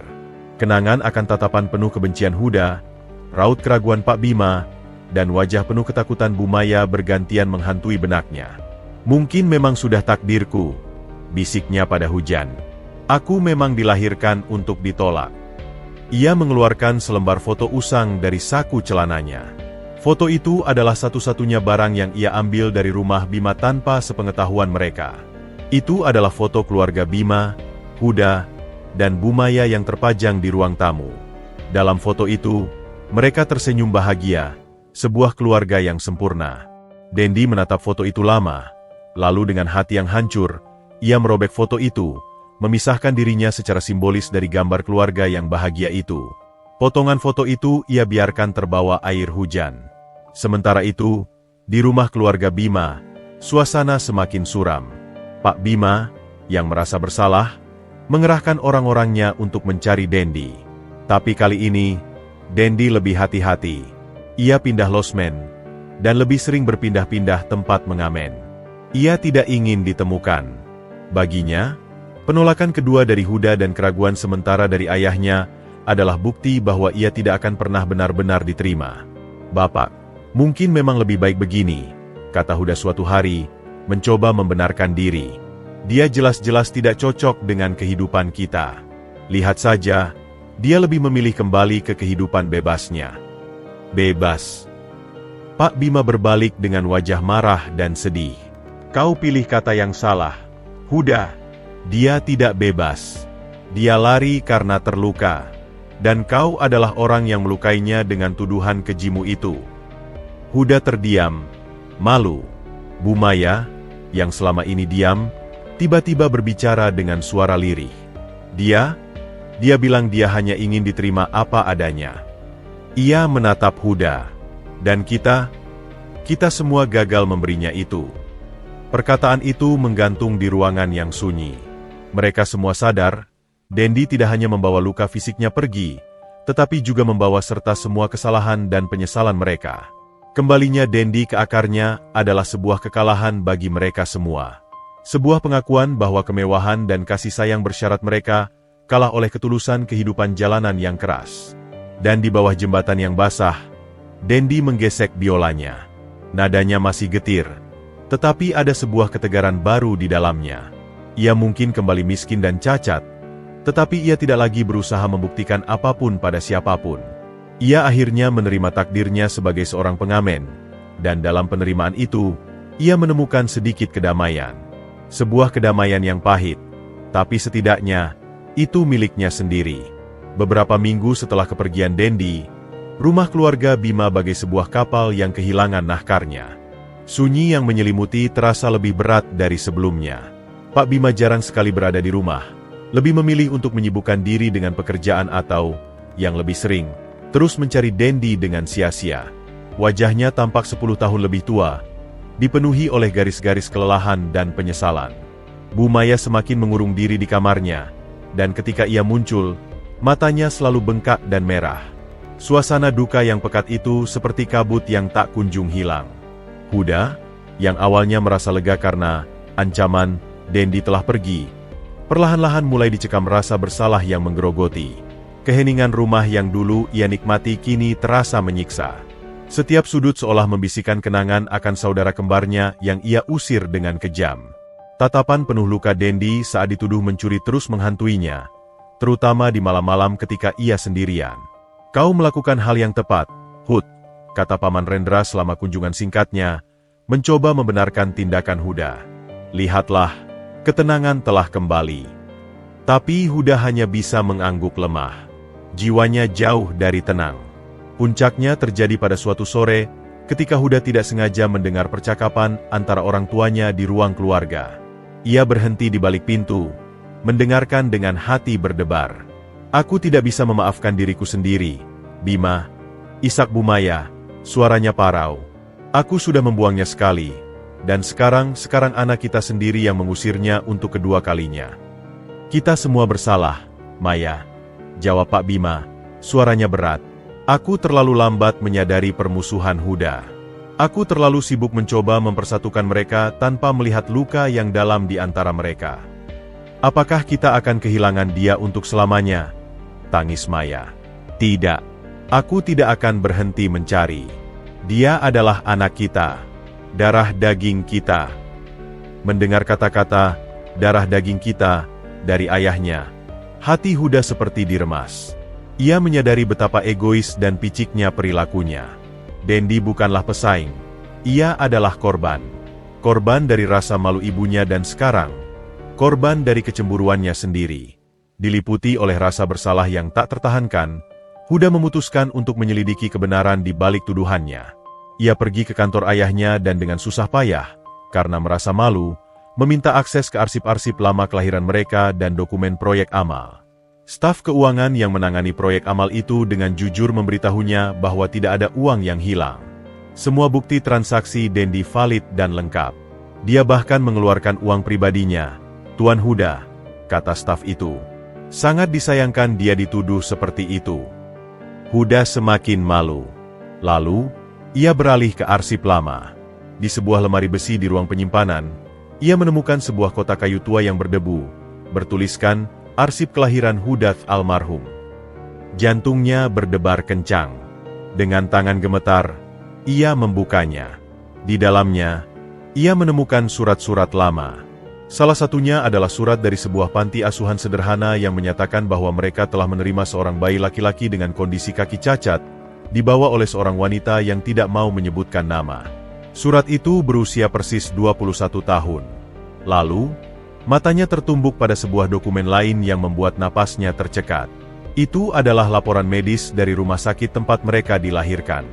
Dengan jelas tertulis bahwa kecacatan pada kaki bayi kembar kedua, Dendi, bukanlah kutukan atau cacat lahir bawaan, melainkan akibat kesalahan medis saat proses persalinan. Seorang bidan yang kurang berpengalaman saat itu telah menariknya terlalu keras, merusak saraf di kakinya. Dan yang lebih mengejutkan, ada catatan tambahan yang menyatakan bahwa keluarga dari pihak ibu, termasuk Paman Rendra, telah membayar sejumlah uang untuk menutupi kesalahan ini dan menyatakan bahwa itu adalah cacat sejak lahir, untuk melindungi nama baik rumah sakit dan keluarga mereka. Kebenaran itu menghantam Huda bagai pukulan godam. Selama ini, Dendi bukan hanya menjadi korban rasa malu ibunya, tetapi juga korban dari sebuah konspirasi keluarga untuk menutupi kesalahan medis. Dan Paman Rendra, orang yang selama ini membisikkan racun di telinganya, ternyata adalah salah satu dalang di balik penderitaan Dendi. Dengan dokumen-dokumen itu di tangannya, Huda berlari menuju kamar orang tuanya. Wajahnya pucat dan penuh kengerian. "Bapak, Ibu!"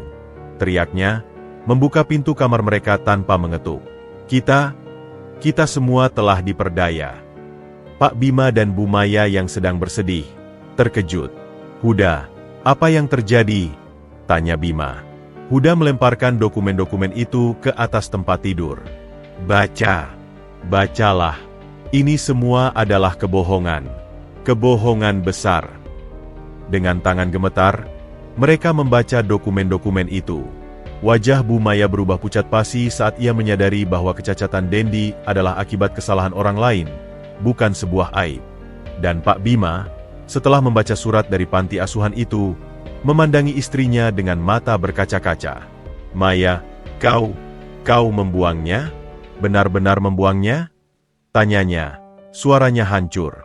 Bu Maya hanya bisa menangis, tak bisa menyangkal lagi. Huda berdiri di sana, air matanya akhirnya tumpah. "Dan saya mengusirnya untuk kedua kalinya. Saya menuduhnya mencuri, padahal dia yang paling jujur di antara kita semua." Ia menatap orang tuanya. "Kita tidak layak disebut keluarga. Kita adalah monster." Pencerahan itu datang terlambat, tetapi ia datang dengan kekuatan yang menghancurkan. Huda akhirnya melihat dengan jelas betapa gelapnya hati mereka, termasuk dirinya sendiri, terhadap Dendi. Ia bertekad untuk memperbaiki segalanya. Tetapi pertama-tama, ia harus menemukan Dendi. Dan kali ini, bukan untuk menuduh atau mengusir, tetapi untuk memohon maaf dan membawanya pulang, jika Dendi masih mau memaafkan mereka. Pencerahan yang menghantam Huda bagai petir di siang bolong itu, mengubahnya secara fundamental. Rasa angkuh dan cemburu yang selama ini membelenggunya luruh, digantikan oleh rasa bersalah yang mendalam dan tekad baja untuk memperbaiki kesalahan. Ia menyadari bahwa kata-kata maaf saja tidak akan cukup. Ia harus membuktikannya dengan tindakan. "Bapak, Ibu, biarkan saya yang mencarinya," pinta Huda keesokan harinya di ruang makan. Suaranya penuh keyakinan yang baru. "Saya yang mengusirnya. Saya yang harus membawanya pulang." Pak Bima memandangi putranya dengan mata lelah namun penuh harap. "Kau yakin, Nak? Aku sudah mengerahkan semua orang. Tapi Dendi seperti menghilang di telan bumi." "Itu karena dia tidak ingin ditemukan, Bapak. Tapi saya merasa saya tahu di mana harus mencarinya. Bukan dengan uang atau kekuasaan, tapi dengan memahami caranya berpikir." Huda menarik napas. "Dan saya harus melakukannya sendiri. Tanpa pengawal, tanpa mobil mewah." Bu Maya, yang wajahnya masih bengkak, mengangguk pelan. "Bawa dia pulang, Nak. Katakan padanya, ibunya menyesal." Huda memulai pencariannya dengan menyusuri tempat-tempat di mana Dendi pernah mengamen. Ia meninggalkan jas dan mobil mewahnya di rumah. Ia mengenakan jeans sederhana dan kaos, berbaur dengan kerumunan. Pertama, ia menuju ke bawah jembatan penyeberangan di Menteng, tempat segalanya bermula. "Permisi, Bang," sapa Huda pada seorang pengamen gitar yang sedang beristirahat. "Itu adalah Rudy. Saya mencari seseorang. Namanya Dendi, main biola, pakai kursi roda." Rudy mengerutkan kening, curiga. "Dendi? Kenapa lo nyari dia? Dia lagi gak mau diganggu." Saya saudaranya," jawab Huda jujur. Mata Rudy membelalak. "Saudara? Oh, jadi elo yang..." Ia tidak melanjutkan, tapi ekspresinya bicara banyak. "Dia gak mau ketemu keluarga lo. Dia bilang, lebih baik hidup di jalan daripada ditolak terus." Perkataan Rudy seperti tamparan. "Saya tahu, dan saya di sini untuk minta maaf. Tolong, Bang, di mana saya bisa menemukannya?" Rudy memandangi Huda lama, seolah menimbang-nimbang niatnya. Dia gak tetap di satu tempat. Terakhir aku lihat dia di sekitaran stasiun Gambir. Tapi hati-hati, ya. Dia kelihatan beda. Kayaknya semangatnya udah hampir padam. Ucapan Rudi itu membuat hati Huda semakin sesak. Ia bergegas menuju stasiun Gambir. Jakarta yang biasanya ia lewati dengan mobil ber-AC, kini ia jelajahi dengan berjalan kaki dan naik angkutan umum. Ia merasakan langsung betapa melelahkan dan kerasnya kehidupan yang dijalani Dendi selama ini. Hari berganti hari. Huda menyisir setiap sudut yang mungkin, dari halte bus, terowongan penyeberangan, hingga pasar-pasar tradisional. Ia menunjukkan foto Dendi pada setiap pedagang, pengemis, dan pengamen yang ia temui. Beberapa tidak tahu, beberapa lainnya enggan bicara, melindungi Dendi. Saya tidak akan menyerah, tekad Huda pada dirinya sendiri suatu malam, ketika ia duduk lelahan di sebuah bangku taman. Kakinya pegal, bajunya kusut, dan dompetnya hampir habis. Untuk pertama kalinya dalam hidupnya, ia merasakan sedikit dari penderitaan yang dialami Dendi setiap hari. Pada hari kelima pencarian, sebuah petunjuk akhirnya datang. Seorang penjaga malam di sebuah pusat perbelanjaan mengenali Dendi. "Oh, si pemain biola yang kakinya cacat? Iya, saya kenal. Beberapa hari yang lalu saya lihat dia di sekitaran pasar Minggu. Dia kelihatan sakit, batuk-batuk. Saya kasih dia duit buat beli obat, tapi dia menolak. Bilangnya mau cari tempat berteduh yang kering. Sakit." Huda hampir tidak bisa berkata-kata. Pasar Minggu? Terima kasih, Pak. Terima kasih banyak. Dengan energi yang baru, Huda menuju pasar Minggu. Ia menyusuri setiap gang, setiap losmen murah, setiap sudut yang mungkin menjadi tempat persinggahan. Pencariannya kini tidak hanya didorong oleh rasa bersalah, tetapi juga oleh kekhawatiran yang tulus. Sore itu, langit mendung, pertanda hujan akan segera turun. Huda hampir putus asa ketika ia melihat sebuah gang sempit di belakang pasar. Sebuah pelataran parkir sepeda motor yang terbengkalai, dengan sebuah gubuk reyot di ujungnya. Dan di sana, duduk di kursi rodanya yang tua, bukan yang listrik yang dibelikan bapak, seorang pemain kurus dengan biola di pangkuannya, sedang batuk-batuk. Itu adalah Dendi.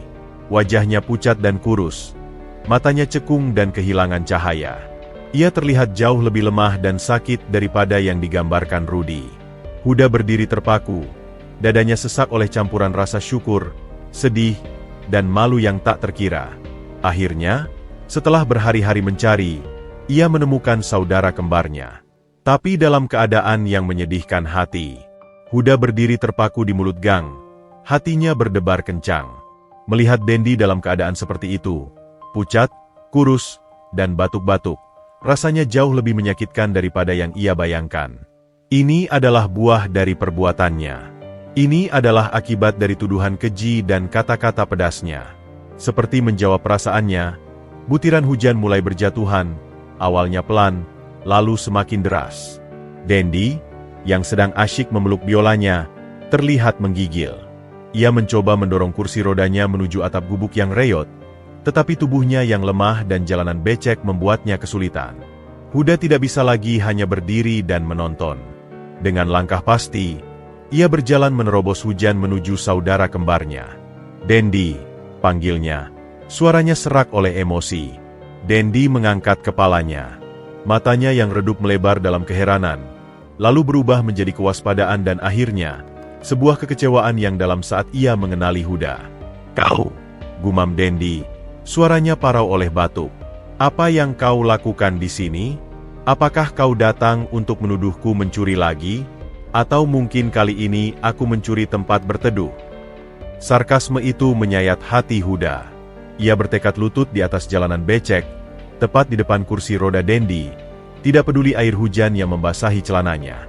"Tidak, Dendi.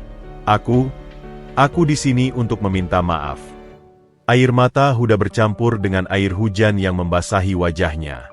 "Aku tahu permintaan maafku tidak akan berarti apa-apa setelah yang kulakukan. Tapi tolong, dengarkan aku." Dendi memandangnya dengan dingin. "Aku sudah mendengar cukup banyak kata-katamu, Huda. Dan semuanya menyakitkan. Aku tahu. Tangis Huda, suaranya pecah. Aku telah menjadi orang yang paling keji dan picik. Aku membiarkan kecemburuan buta dan hasutan orang lain meracuniku. Huda mengeluarkan dokumen-dokumen yang ia temukan dari saku jaketnya yang basah. Dokumen itu terbungkus plastik. Dilindunginya dengan hati-hati. Aku menemukan kebenaran, Dendi. Semuanya. Ia menyodorkan dokumen itu. Tentang kenapa kakimu seperti ini. Itu bukan kutukan atau cacat lahir. Itu adalah kesalahan medis. Seorang bidan yang menarikmu terlalu keras saat persalinan. Dan Paman Rendra, dia bersama keluarga ibu, mereka membayar untuk menutupinya.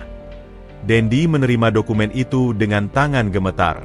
Matanya menyusuri setiap kata, setiap baris yang mengungkap konspirasi kelam yang telah merenggut kehidupan normalnya. Tangannya bergetar semakin hebat. Dan ibu. Lanjut Huda, napasnya tersengal. Dia membuangmu bukan hanya karena malu, tapi juga karena dia dibutakan oleh kebohongan keluarga mereka. Itu tidak membenarkan tindakannya. Tapi setidaknya sekarang kita tahu. Dendi melepaskan dokumen itu. Ia memandangi Huda yang masih berlutut di hadapannya. Basah kuyup, wajahnya hancur oleh penyesalan. Dan kau? Tanya Dendi, suaranya bergetar. Kau menuduhku mencuri. Aku tahu. Aku tidak punya alasan. Potong Huda cepat. Aku sudah memeriksa ulang. Semua buktimu valid. Kau bahkan mengeluarkan uangmu sendiri. Aku hanya iri, Dendi. Iri karena perhatian Bapak, dan takut kehilangan posisiku. Aku sangat lemah dan hina. Huda menundukkan kepalanya. Bahunya terguncang oleh isakannya. Aku tidak layak disebut saudaramu. Tapi tolong, jangan tinggal di sini. Kau sakit. Lihat dirimu. Dendi melihat kondisi tubuhnya sendiri yang kurus dan menggigil. Batuknya kembali memecah kesunyian. Pulanglah, Dendi, pinta Huda, memandangnya dengan mata penuh harap dan air mata. Ibu menyesal. Bapak sangat merindukanmu. Dan aku berjanji akan menjadi saudara yang seharusnya bagimu. Aku akan melindungimu, bukan menyakitimu. Hujan semakin deras, membasahi mereka berdua. Tapi kali ini, air mata dan hujan itu seolah membersihkan luka-luka lama. Dendi memandangi Huda yang masih berlutut di hadapannya. Ia melihat ketulusan dalam mata saudara kembarnya itu. Sebuah ketulusan yang tidak ia lihat sebelumnya. Kau basah kuyup, kata Dendi akhirnya. Suaranya lembut. Itu tidak penting, jawab Huda, mengusap air mata dan hujan dari wajahnya. Yang penting adalah kau. Ayo pulang, saudaraku. Rumah kita menunggumu. Kata, saudaraku, itu diucapkan dengan penuh perasaan, berbeda dengan nada sinis yang dulu. Dendi menghela napas panjang. Perlahan, ia mengangguk. Aku lelah, Hud. Sangat lelah. Mendengar panggilan akrab, Hud, untuk pertama kalinya, hati Huda berbunga. Ia segera berdiri dan berjalan ke belakang kursi roda Dendi. Biarkan aku mendorongmu, ujarnya. Seharusnya dari dulu aku melakukan ini. Dengan Huda mendorong kursi roda dan Dendi memeluk erat biola serta dokumen kebenaran itu, mereka berjalan meninggalkan gang sempit itu. Hujan masih turun, tetapi seolah-olah membersihkan jalan mereka menuju rekonsiliasi. Sebuah perjalanan pulang yang seharusnya tidak pernah terputus. Perjalanan pulang dari Pasar Minggu ke Pondok Indah terasa seperti sebuah ziarah bagi Huda dan Dendi. Hujan yang terus mengguyur Jakarta seolah membaptis ulang hubungan mereka. Huda dengan hati-hati mendorong kursi roda Dendi, melindunginya dari cipratan air dan angin. Mereka tidak banyak berbicara, tetapi keheningan di antara mereka kini terasa berbeda. Bukan lagi dipenuhi kebencian, melainkan pengampunan yang masih rapuh dan harapan yang mulai tumbuh. Sesampainya di rumah, Budia membukakan pintu terlihat hampir menangis lega. Tuan Dendi, syukurlah. Bapak dan Ibu sangat khawatir. Pak Bima, yang mendengar keributan, bergegas dari ruang kerjanya.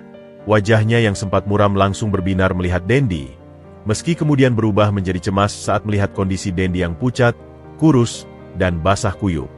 Dendi, nak, seru Bima, bergegas mendekat. Tangannya yang biasanya tegas kini gemetar ingin memeluk, tapi takut menyinggung. "Bapak," sahut Dendi lemah, disusul oleh serangan batuk. "Kita harus panggil dokter. Sekarang," perintah Bima pada Budi. Sementara itu, Bu Maya yang mendengar suara-suara itu pelan-pelan turun dari kamarnya. Wajahnya tegang, penuh dengan rasa bersalah dan ketakutan. Ia berhenti di anak tangga terakhir, takut mendekat. Dendi, yang melihatnya, memandang langsung ke arah ibunya. Tatapan mereka bertemu. Kali ini, tidak ada jeritan histeris atau pandangan penuh horor.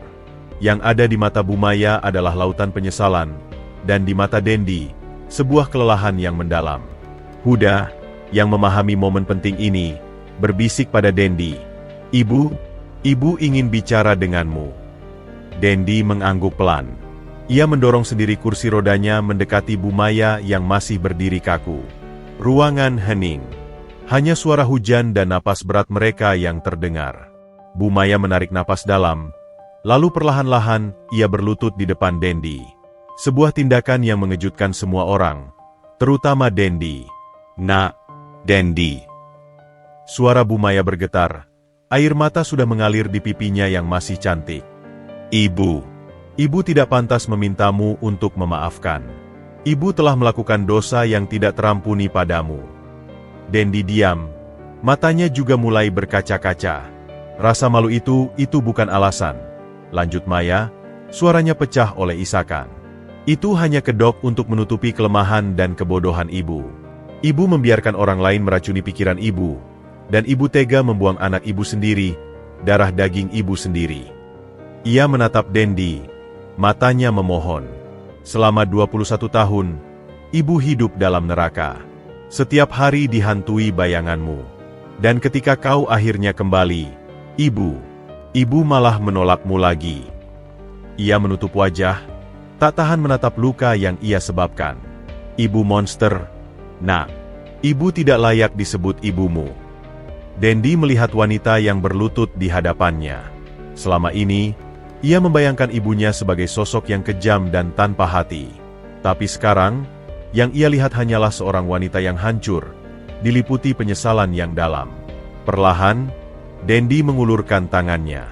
Tangannya yang berbakat memainkan biola itu kini gemetar. Ia meletakkan tangannya di atas tangan ibunya. "Ibu," katanya, suaranya parau namun jelas. Saya tidak bisa berkata bahwa saya langsung memaafkan segalanya. Luka itu terlalu dalam." Bu Maya mengangguk, menunduk, siap menerima penolakan. "Tapi," lanjut Dendi, "saya juga lelah membenci. Saya lelah hidup dengan kemarahan dan sakit hati." Ia menarik napas. Mungkin kita bisa mulai dari sini. Dari nol." Bu Maya mengangkat kepalanya, matanya penuh keheranan dan harap. "Dendi?" "Tapi ada satu hal yang saya minta, Ibu," pinta Dendi, suaranya tegas. "Jangan pernah lagi merasa malu dengan siapa saya. Saya mungkin cacat, saya mungkin pernah menjadi pengamen, tapi saya adalah anak ibu. Dan saya tidak akan pernah lagi disembunyikan atau disangkal." Permintaan itu bagai melepaskan belenggu terakhir yang membelenggu hati Bu Maya. Ia menjerit kecil, lalu memeluk erat Dendi, tubuhnya terguncang oleh tangis yang membebaskan. Tidak pernah lagi. "Nak, ibu bangga padamu. Ibu bangga memiliki anak yang kuat dan berbakat sepertimu. Maafkan ibu. Maafkan ibu." Dendi, yang akhirnya merasakan pelukan seorang ibu untuk pertama kalinya dalam ingatannya, tidak bisa lagi menahan air matanya. Ia membiarkan dirinya menangis, melepaskan semua rasa sakit dan kerinduan yang terpendam selama 21 tahun. Pelukan itu terasa canggung, basah oleh air mata dan hujan, tapi hangat. Sangat hangat. Pak Bima dan Huda menyaksikan pemandangan itu dengan mata berkaca-kaca. Sebuah perasaan lega dan haru yang luar biasa membanjiri mereka. Keluarga mereka mungkin tidak akan pernah sempurna, tapi untuk pertama kalinya, mereka utuh. Mereka akhirnya menerima Dendi bukan sebagai aib, tapi sebagai bagian dari diri mereka yang telah lama hilang. Dan Dendi, dalam pelukan ibunya, akhirnya merasa pulang. Benar-benar pulang.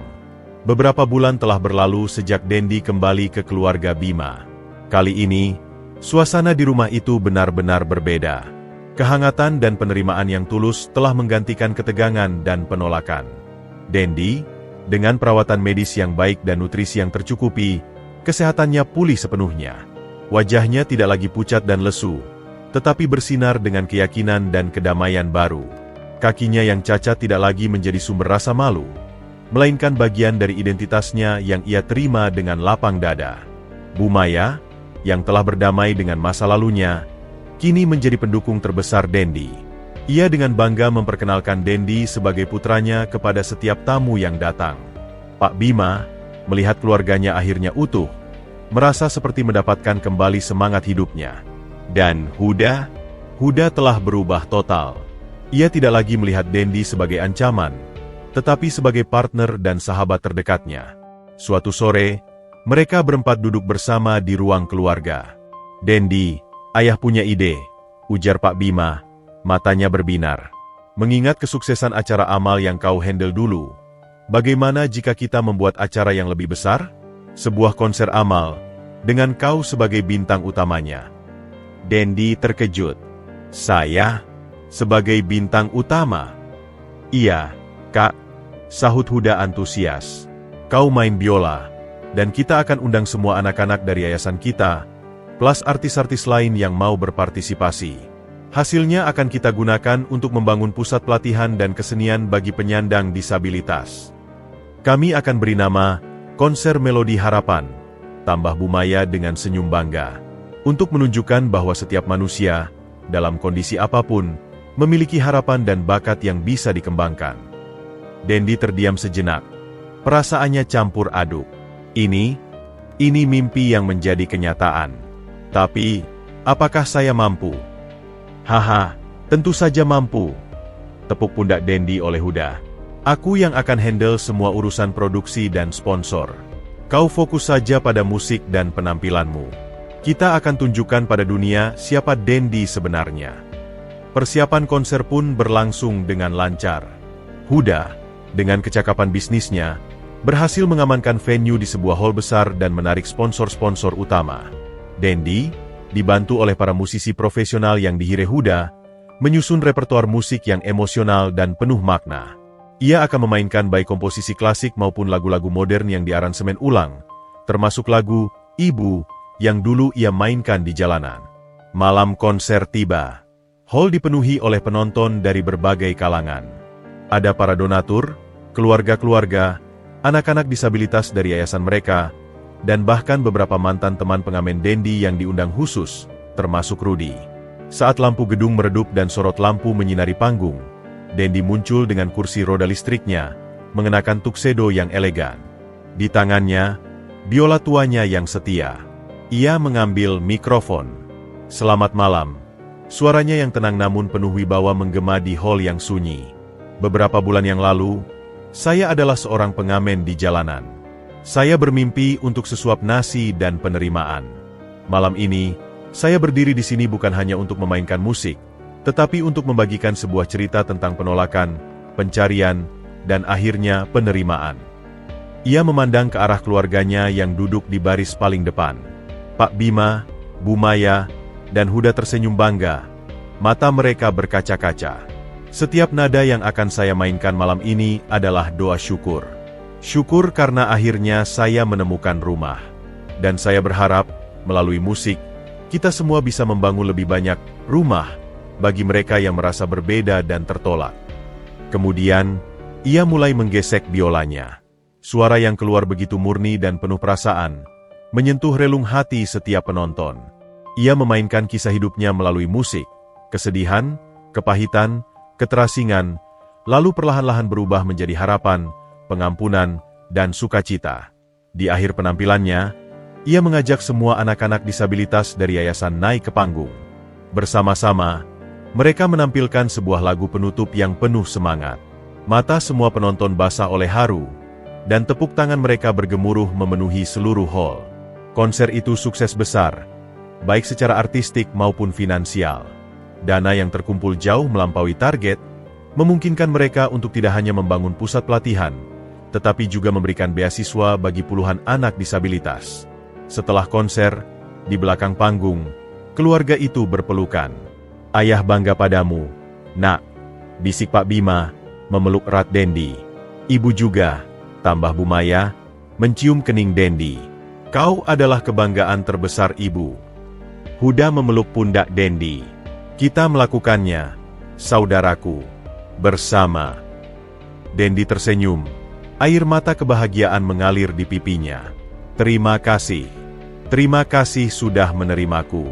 Terima kasih sudah memberiku rumah." Biola tua yang dulu ia gunakan untuk bertahan hidup, kini menjadi alatnya untuk menyebarkan harapan dan menyatukan keluarganya.